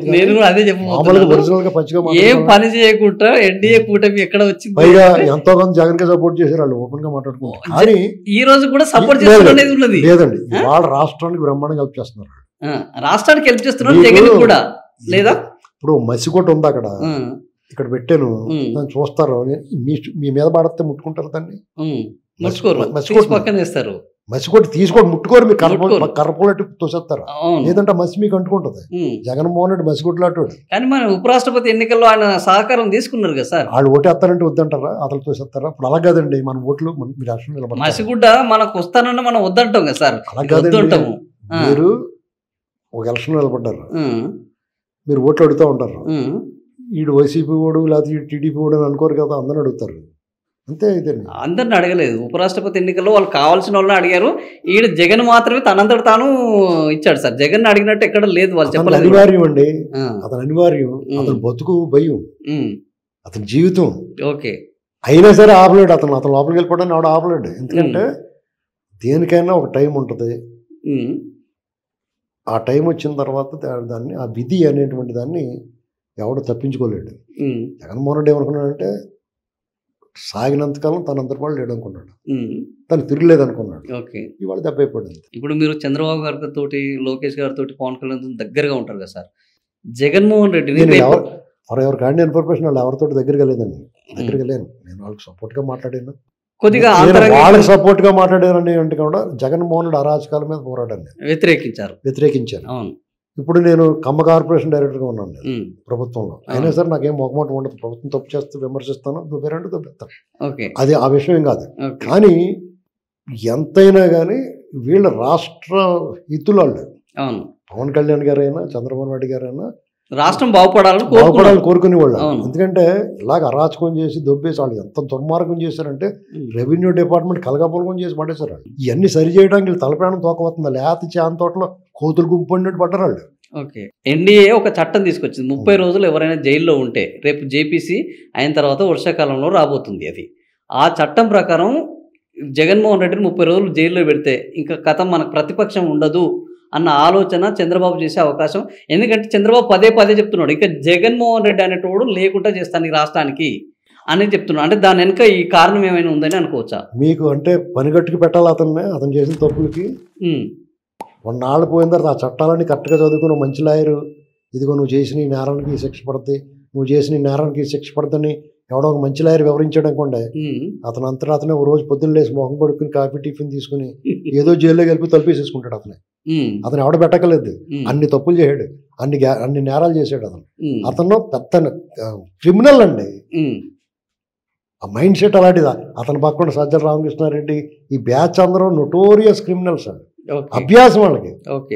వాళ్ళకే ఒక నేరం చేయబోతారు, చూడటానికి చాలా పెద్ద మనుషులా కనపడతారు, వాళ్ళు చేసేదంతా నేర ప్రపంచం. ఇప్పుడు రెడ్ బుక్ రాజ్యాంగం ఎప్పటి నుంచి అమల్లో, అసలు రెడ్ బుక్ తీయక లేకుండా వాళ్ళే లోపల పోయేలా ఉన్నారు కదా. ఇంకా రెడ్ బుక్ అంటే ఏంటంటే ఎవడు తప్పు చేసాడో అని పట్టుకుని శిక్షించడం, అవును. వాళ్ళంతా వాళ్ళే దొరికేస్తున్నప్పుడు ఇంక వీళ్ళు ఆల్రెడీ మిథున్ రెడ్డి, అవినాష్ రెడ్డి ఇట్లా వరుసగా 1 by 1 పోతూనే ఉన్నారు. పోతున్నారు. సో ఆ రోజు కూడా లోకేష్ చెప్పింది ఇదే, మీ అందరి సంగతి పెడతాను, మీ పేర్లన్నీ రాసి పెట్టుకుంటారా అన్నాడు. ఇప్పుడు రెడ్ బుక్ లో ఉన్న రెడ్ బుక్ ఇలా టాలీ చేస్తారు, టాలీ అవుతుంది, ఒక్కొక్క టిక్కులు పెట్టుకుంటున్నారు. ఎవడెవడ వెళ్ళిపోయాడు అంటే మనం ఏం చేయకుండా పోయి వాళ్ళు అనుకున్నారు అనుకుంటే టికెట్ వేస్తారు వాళ్ళకి. మిగతా వాళ్ళకి ఇంకా ఆ టైం వచ్చేదాకా అవుతారు, వాళ్ళు లోపల దొరుకుతారు. ఓకే, మీ మాటలో నేను విన్నాను ఏంటంటే తెలుగుదేశము ఆంధ్రప్రదేశ్లో కంటే తెలంగాణలో చాలా స్ట్రాంగ్, దీనికి ఊరికి గద్దె లేని ఊరు లేదు తెలుగుదేశానికి. ఇప్పుడు జూబ్లీ హిల్స్ ఉప ఎన్నికలు రాబోతున్నాయి, మీరు ఖమ్మ కార్పొరేషన్ చైర్మన్, జూబ్లీ హిల్స్లో ఖమ్మ కార్పొరేషన్ ఎంత బలంగా ఉంటుంది కూడా మీకు తెలుసు. సో టీడీపీ ఇక్కడ పోటీ చేయబోతుందా జూబ్లీ హిల్స్ ఎన్నికల్లో? ఎప్పుడు టీడీపీ తెలంగాణలో అడుగు పెట్టబోతుంది? ఇప్పుడు అందరూ ఎదురు చూస్తున్నారండి తెలంగాణలో, చాలా మంది తెలుగుదేశం పార్టీ యాక్టివ్ అవుతే బాగుండని చూస్తున్నారు. తెలుగుదేశం పార్టీ యాక్టివ్గా పనిచేసి ఆ కమిటీలు ఏర్పాటు చేస్తే కనుక చాలామంది ఆ పార్టీని విడిచిపెట్టిన వాళ్ళు మన ఇల్లు తయారైపోయిందో రంగులు కట్టేసారన్న అప్పుడు ఇంకో ఇంట్లో ఎందుకుంటారు వచ్చేస్తారు, అలా కూడా బలపడద్ది. కానీ ఈ పార్టీ ఇక్కడ కొంచెం కొత్త నాయకత్వానికి దృఢంగా కొంచెం నోన్ ఫేస్ ఉన్నవాడు ఎవరికి అప్పచెప్పి, ఎందుకంటే పార్టీ లీడర్లు పోయే కానీ క్యాడర్ లాగా ఉంది, వాళ్ళు చాలా మంది అటు ఇటు సర్దుకుని ఉన్నారు ప్రస్తుతానికి. పార్టీని యాక్టివేట్ చేస్తే కనుక బలమైన శక్తిగా మారితే ఇంకో పార్టీ అంతర్ధానం అవుతుంది. అదండి, అట్లాంటి నాయకుడు ఎవరన్నా మీరు గుర్తించే అవకాశం ఉందా మీ తరఫు కానీ? అలాంటి వాళ్ళు ఇప్పటి వరకు ఎవరన్నా మీరు ఫైండ్ అవుట్ చేశారా? నాకైతే పెద్ద ఐడియా లేదు ఎవరైతే బాగుంటారు, ఎందుకంటే అందరూ అటు ఇటు. ఎందుకంటే మీరు తెలంగాణ నుంచి వెళ్ళిపోయిన తర్వాత వచ్చిన ఈ నాయకుడు సమర్థవంతమైన నాయకుడు అయితే కనిపించలేదు సార్. మీరు ఏదో పేరుకు పెట్టారు తప్ప, వాళ్ళు అంతే ఎన్టీఆర్ ట్రస్ట్ భవన్ చూసుకోవడానికి పెట్టినట్టున్నారు తప్ప పార్టీని చూసుకోవడానికి పెట్టినట్టు లేదు. మీకు సరైన డెఫినెట్ గా వాళ్ళు తలుచుకుంటే వస్తారు. ఒక పార్టీకి గట్టిగా పనిచేయగలిగిన వాడు తెలుగుదేశం పార్టీకి, ఎందుకంటే ఇప్పుడు రేవంత్ రెడ్డిని కూడా మీరు లాస్ట్ మూమెంట్ లో పట్టించుకోకపోవడం వల్లనే పోయి ఉండడం లేదండి. వాళ్ళ భవిష్యత్తు ఇప్పుడు ఏమైందంటే కేసీఆర్ గారు వాళ్ళు తెలుగుదేశం పార్టీని ఆంధ్ర పార్టీ కింద ముద్రేశారు. తర్వాత తెలిసింది ఆంధ్ర పార్టీ అంటే ఏ పార్టీ అంటే ఎవరితో ఉన్నారో. ఇప్పుడు టీఆర్ఎస్ పార్టీ కూడా తెలంగాణ పార్టీ కాదు కదా, ఇప్పుడు బీఆర్ఎస్ అయిపోయింది. ఇప్పుడు ఆయన స్వయంగా తెలంగాణ భావోద్వేగానికి పార్టీకి ఉన్నదాన్ని కట్ చేసుకున్నాడు. తెలంగాణ మీద హక్కు విడుదల కాగితం రాసిచ్చారు. మాదేం కాదు, ఇది అందరిదేనండి, భారతదేశం. కాబట్టి ఇక్కడ ఇక ఆ వాదనకి కాలం చెల్లింది. టీడీపీ కనుక ఆ నాయకత్వం కనుక ఎలరామణ ఇలాంటి వాళ్ళు కాకుండా మంచి వాళ్ళు పెడితే డెఫినెట్గా పార్టీ కోసం ఇప్పటికీ ప్రాణం ఇచ్చేవాళ్ళు ఉన్నారో దుఃఖిస్తున్నారు, మా పార్టీ లాగా అయిపోయింది అంటే చాలామంది. వాళ్ళందరినీ పరిగణనలో తీసుకుని పార్టీని పునర్జీవం అంటే గట్టిగా కనుక చంద్రబాబు నాయుడు అరెస్ట్ అయితే ఇక్కడనే ఎక్కువ బాధపడ్డా బాగా హైదరాబాద్, దాన్ని వర్కౌట్ చేసుకుంటే కనుక మంచి ఫోర్స్ అవుద్ది. ఎన్డీఏ కూటమిగా కనుక వస్తే తిరిగి అధికారం వాళ్ళకి డైరెక్ట్గా అధికారం వచ్చేస్తున్నారు. ఓకే, ఎందుకంటే పవన్ కళ్యాణ్ గారు జత ఉంటాడు కాబట్టి. ఇప్పుడు రేవంత్ రెడ్డి గారి గురించి వస్తే సార్, రేవంత్ రెడ్డి సీఎంగా ఉన్నారు. రేవంత్ రెడ్డిని మేము చూసాము, మీరు చూశారు. చంద్రబాబు నాయుడిని గురువు అని, ఇప్పుడు చంద్రబాబు నాయుడు గురువు అంటే నేను ఆయనకు శిష్యుని ఏంది అనే పద్ధతిలో మాట్లాడుతున్నారు. ఆ వ్యాఖ్యల్ని మీరు ఏ విధంగా చూస్తారు సార్? నేను పెద్ద బాధపడ్డాను, ఎందుకంటే సీఎం అయిన తర్వాత ఆత్మానుడు చంద్రబాబు శిష్యుడు, చంద్రబాబు బూట్లో ఇలాంటి మాటలు మాట్లాడితే సరే బయట వాళ్ళు ఏమన్నా అనుకోని, సీఎం ఇప్పుడు ఈయన కూడా లోపల ఏదైనా అనుకోని, ఇప్పుడు బయటకన్నా సరే ఎందుకన్నా రాష్ట్రం సీఎం కదా. అవును, అతను వాళ్ళ శిష్యుడు వీళ్ళ శిష్యుడు అంటే కోపం వస్తుంది కదా. నిజమే కదా సార్ అది. ఇప్పుడు మాంసం తింటే ఎముకలు మెళ్ళ కట్టుకుంటారు, ప్రేమ లోపలికి వెళ్ళి బోళ్ళని ప్రేమించుకుంటారు, బయటకు వచ్చి ఎందుకు మాట్లాడుకుంటారు. ఓకే, ప్రతిదానికి మనం వీళ్ళు కావాలని రెచ్చగొడుతూ ఉంటారు. ఓకే, ఇప్పుడు రేవంత్ రెడ్డి గారు ఏ నిర్ణయం తీసుకుని వెనకాల చంద్రబాబు నాయుడు బుద్ధి ఉండాలని మాట్లాడేవాడికి, వాళ్ళకేమో దాని ఏంటంటే ఏదో అంటారు మంగళవారం అంటారు కదా, ఆ టైప్ బ్యాచ్ అంతా. ఓకే సార్, ఈ బనకచెర్ల విషయంలో చంద్రబాబు ఖచ్చితంగా కడతా ఉంటారు, నేను ఎట్టి పరిస్థితుల్లో కట్టని రేవంత్ రెడ్డి అంటున్నాడు. వయా మీడియాగా ఛానల్ తర్వాత దాని గురించి మాట్లాడుతూ మానేస్తారు ఇప్పుడు. అంతే, అది అవుతుందా కాదా?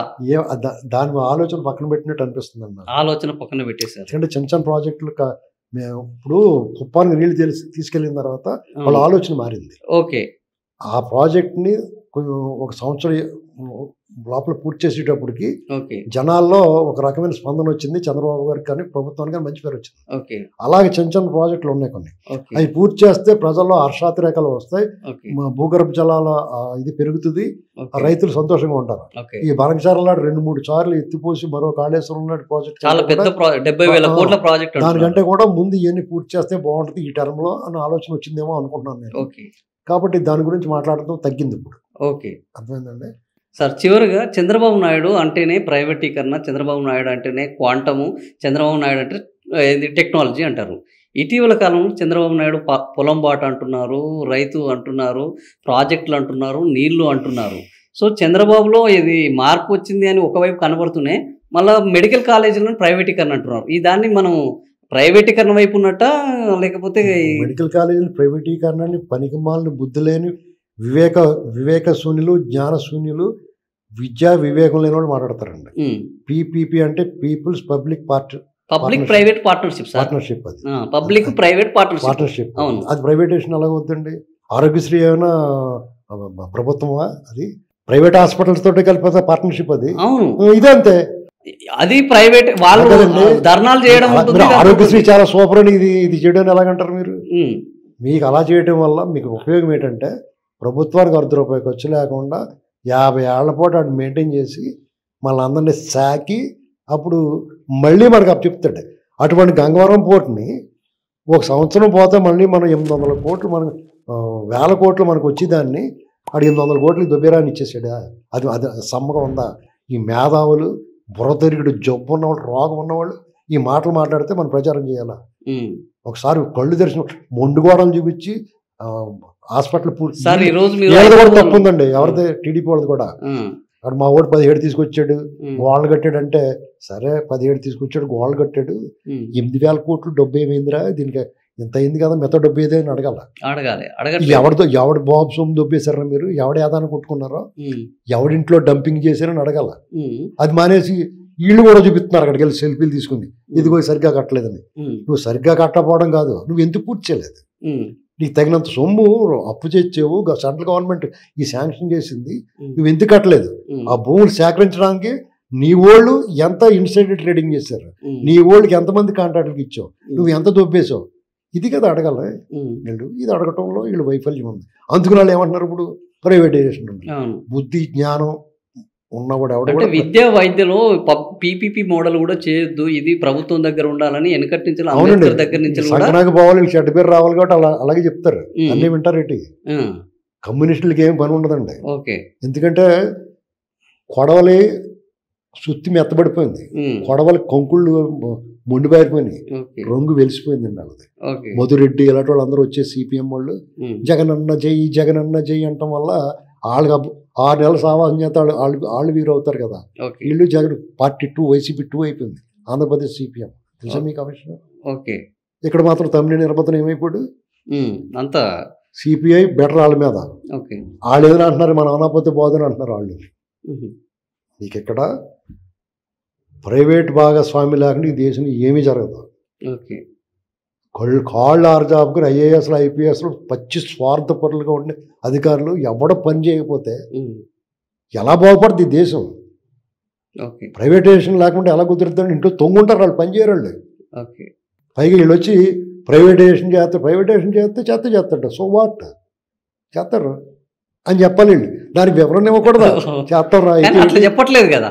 చేస్తాం అయితే ఏంటని అడగట్లేదు. అట్లా నువ్వు నోరు మూసి కూర్చో. వాళ్ళు రోడ్లు వెడల్పు చేస్తే ఎలాగ మాట్లాడారు, ఫ్లైఓవర్లు వేస్తే ఎలాగ మాట్లాడారు, హైటెక్ సిటీ కడితే అలాగే మాట్లాడారు అనాల, అంతే గదిమాల. కానీ అట్లా ఎందుకు చేయట్లేదు ఈసారి చంద్రబాబు నాయుడు? అదే వాళ్ళు బలహీనత, వాళ్ళు అడ్వాంటేజ్. నేనైతే ఖచ్చితంగా అంటాను. మీరు ఇంకో మాట కూడా అన్నారు, ఏది ఎమ్మెల్యేలు ఇష్టారాజ్యంగా వ్యవహరిస్తున్నారు, చంద్రబాబుకు చెడ్డ పేరు వస్తున్నది అనేది. ఆ దాన్ని కూడా ఈసారి ఎందుకు లీనియంట్ గా ఉన్నారు అనే ఆలోచన. ఇప్పుడు ఎమ్మెల్యేల్లో ఒక 30-40 మంది ఉన్నారు. వాళ్ళు ఏంటంటే విపరీతమైన కరప్షన్కి అలవాటు పడ్డారు. ఇదంతా కూడా వాళ్ళకి ఎవడో నేర్పాడు. అలాగంటే అంతకుముందు ఈ దరిద్రం ఉండేది కాదు. గత ప్రభుత్వంలో బియ్యం దుబ్బేశారు, ఏది పడితే దుబ్బేశారు వాళ్ళు. అలా పోతా మీ ఆఫీస్కి వస్తే పేపర్ వెయిట్ ఉంటే కూడా జైలు పెట్టిపోయారు వాళ్ళు. అవన్నీ చూసిన తర్వాత వాళ్ళకి మేము కూడా చేయాలి వాళ్ళు చెప్తారు. ఆ బ్యాచ్ కొంతమంది ఉంటారు కదా, ఇక్కడ ఇంత దుబ్బేయించండి, ఇంత దుబ్బేయించాడు అని చెప్తారు. డబ్బు ధనం చెడ్డది. ధనం అనేటువంటి ఒక ఆకర్షణ ఉంటుంది. అవును. ఎవరికన్నా అక్రమంగా ఊరికనే వచ్చే దాని మీద ప్రేమ ఎక్కువ ఉంటుంది మీకు. సో ఇప్పుడు మీకు అక్కడ మజా బాటిల్స్ ఊరికనే ఇస్తున్నారంటే మీకు అట్రాక్షన్ ఉంటుంది. అవును. దగ్గరికి వెళ్ళిన తర్వాత 10 రూపాయలు ఇమ్మంటే మాకు వద్దు అని వచ్చేస్తారు. అవును. ఫ్రీ అంటే తీసుకుంటారు. అవును. అలాగే డబ్బు కూడా ఉత్తినే వస్తుంది అనుకోండి, ఆశపడతాడు. ఓకే. ఒకసారి 2 సార్లు అలవాటు పడిన తర్వాత అది అభ్యాసం అయిపోద్ది. ఉమ్. అలాగా వాళ్ళు తెగబడిపోయారు. పైగా ప్రమాదంగా మారుతుంది కదా సార్ అది మరి. పైగా వాళ్ళు ఇంకోటి ఏంటంటే చెప్పమంటారా, ఉమ్. ప్రమాదం ఎవరికి వాళ్ళకి ఏం ప్రమాదం లేదు కదా. ఉమ్. ప్రభుత్వానికి ప్రమాదం లేదు. ఏ కరప్షన్ పబ్లిక్ జీరో టాలరెన్స్ అండి. అంతే, యాక్సెప్టెడ్. జనం ఒప్పుకుంటలేదు. అలా ఒప్పుకుంటే జగన్ ఎందుకు గెలిపిస్తారండి? 1,00,000 కోట్లు కొట్టేసినండి అంతే, దాన్ని తీసిపాడండి మీరు. కానీ చంద్రబాబును గెలిపించినప్పుడు దాన్ని వ్యతిరేకించినట్టు మళ్ళీ ఒప్పుకోవాలి కదా మనం ఎవడైనా సరే మాట్లాడతారండి. చంద్రబాబు గెలిపించినట్టు అంటే జగన్ మీద భయం వల్ల కూడా కొంత గెలిపించారు. కరప్షన్ ఇక్కడ 2 రకాలు ఉన్నాయి. చంద్రబాబు సమర్థత, అతనికి ఉండి దానికంటే కూడా ఎంత భారీ విజయం రావడం కారణం అంటే ఆడు ఉద్రబాబు అనుకునేది ఎక్కువ వర్కౌట్ అయింది. దాన్ని నిలబెట్టాలి, దాన్ని కంటిన్యూ చేస్తారు. ఆడు ఉద్రబాబు అన్న దాన్ని జనాలు కాపాడుకుంటున్నారు. ఇంకా మిగతా విషయాల్లో కొద్దిగా లీనియంట్గా ఉన్నా. ఓకే. సో ఇది థ్యాంక్ యూ సార్, మీరు చాలా విలువైన సమయం, చాలా విలువైన సమాచారం చెప్పారు. సో ఇది ఈరోజు శ్రీనివాసరావు గారి విశ్లేషణ. ఖచ్చితంగా ఆంధ్రప్రదేశ్లో మాత్రము ఏ విషయంలో తగ్గాలి, ఏ విషయంలో నెగ్గాలనే పద్ధతిలోనే ఈసారి పాలన సాగుతుంది. జగన్ ఇంకా మళ్ళోసారి వచ్చే అవకాశం లేదు, రానిచ్చే పరిస్థితి కూడా లేదు. రెడ్ బుక్ రాజ్యాంగం అమలు చేయకపోయినా రెడ్ బుక్ రాజ్యాంగం అమలు వైసీపీ వాళ్ళే దగ్గరుండి అమలు చేయించుకుంటున్నారు అని శ్రీనివాసరావు గారు చెప్తున్నారు. మరొక రోజు మరిన్ని విషయాలతో మరోసారి శ్రీనివాసరావు గారిని కలుద్దాం. Thank you for watching.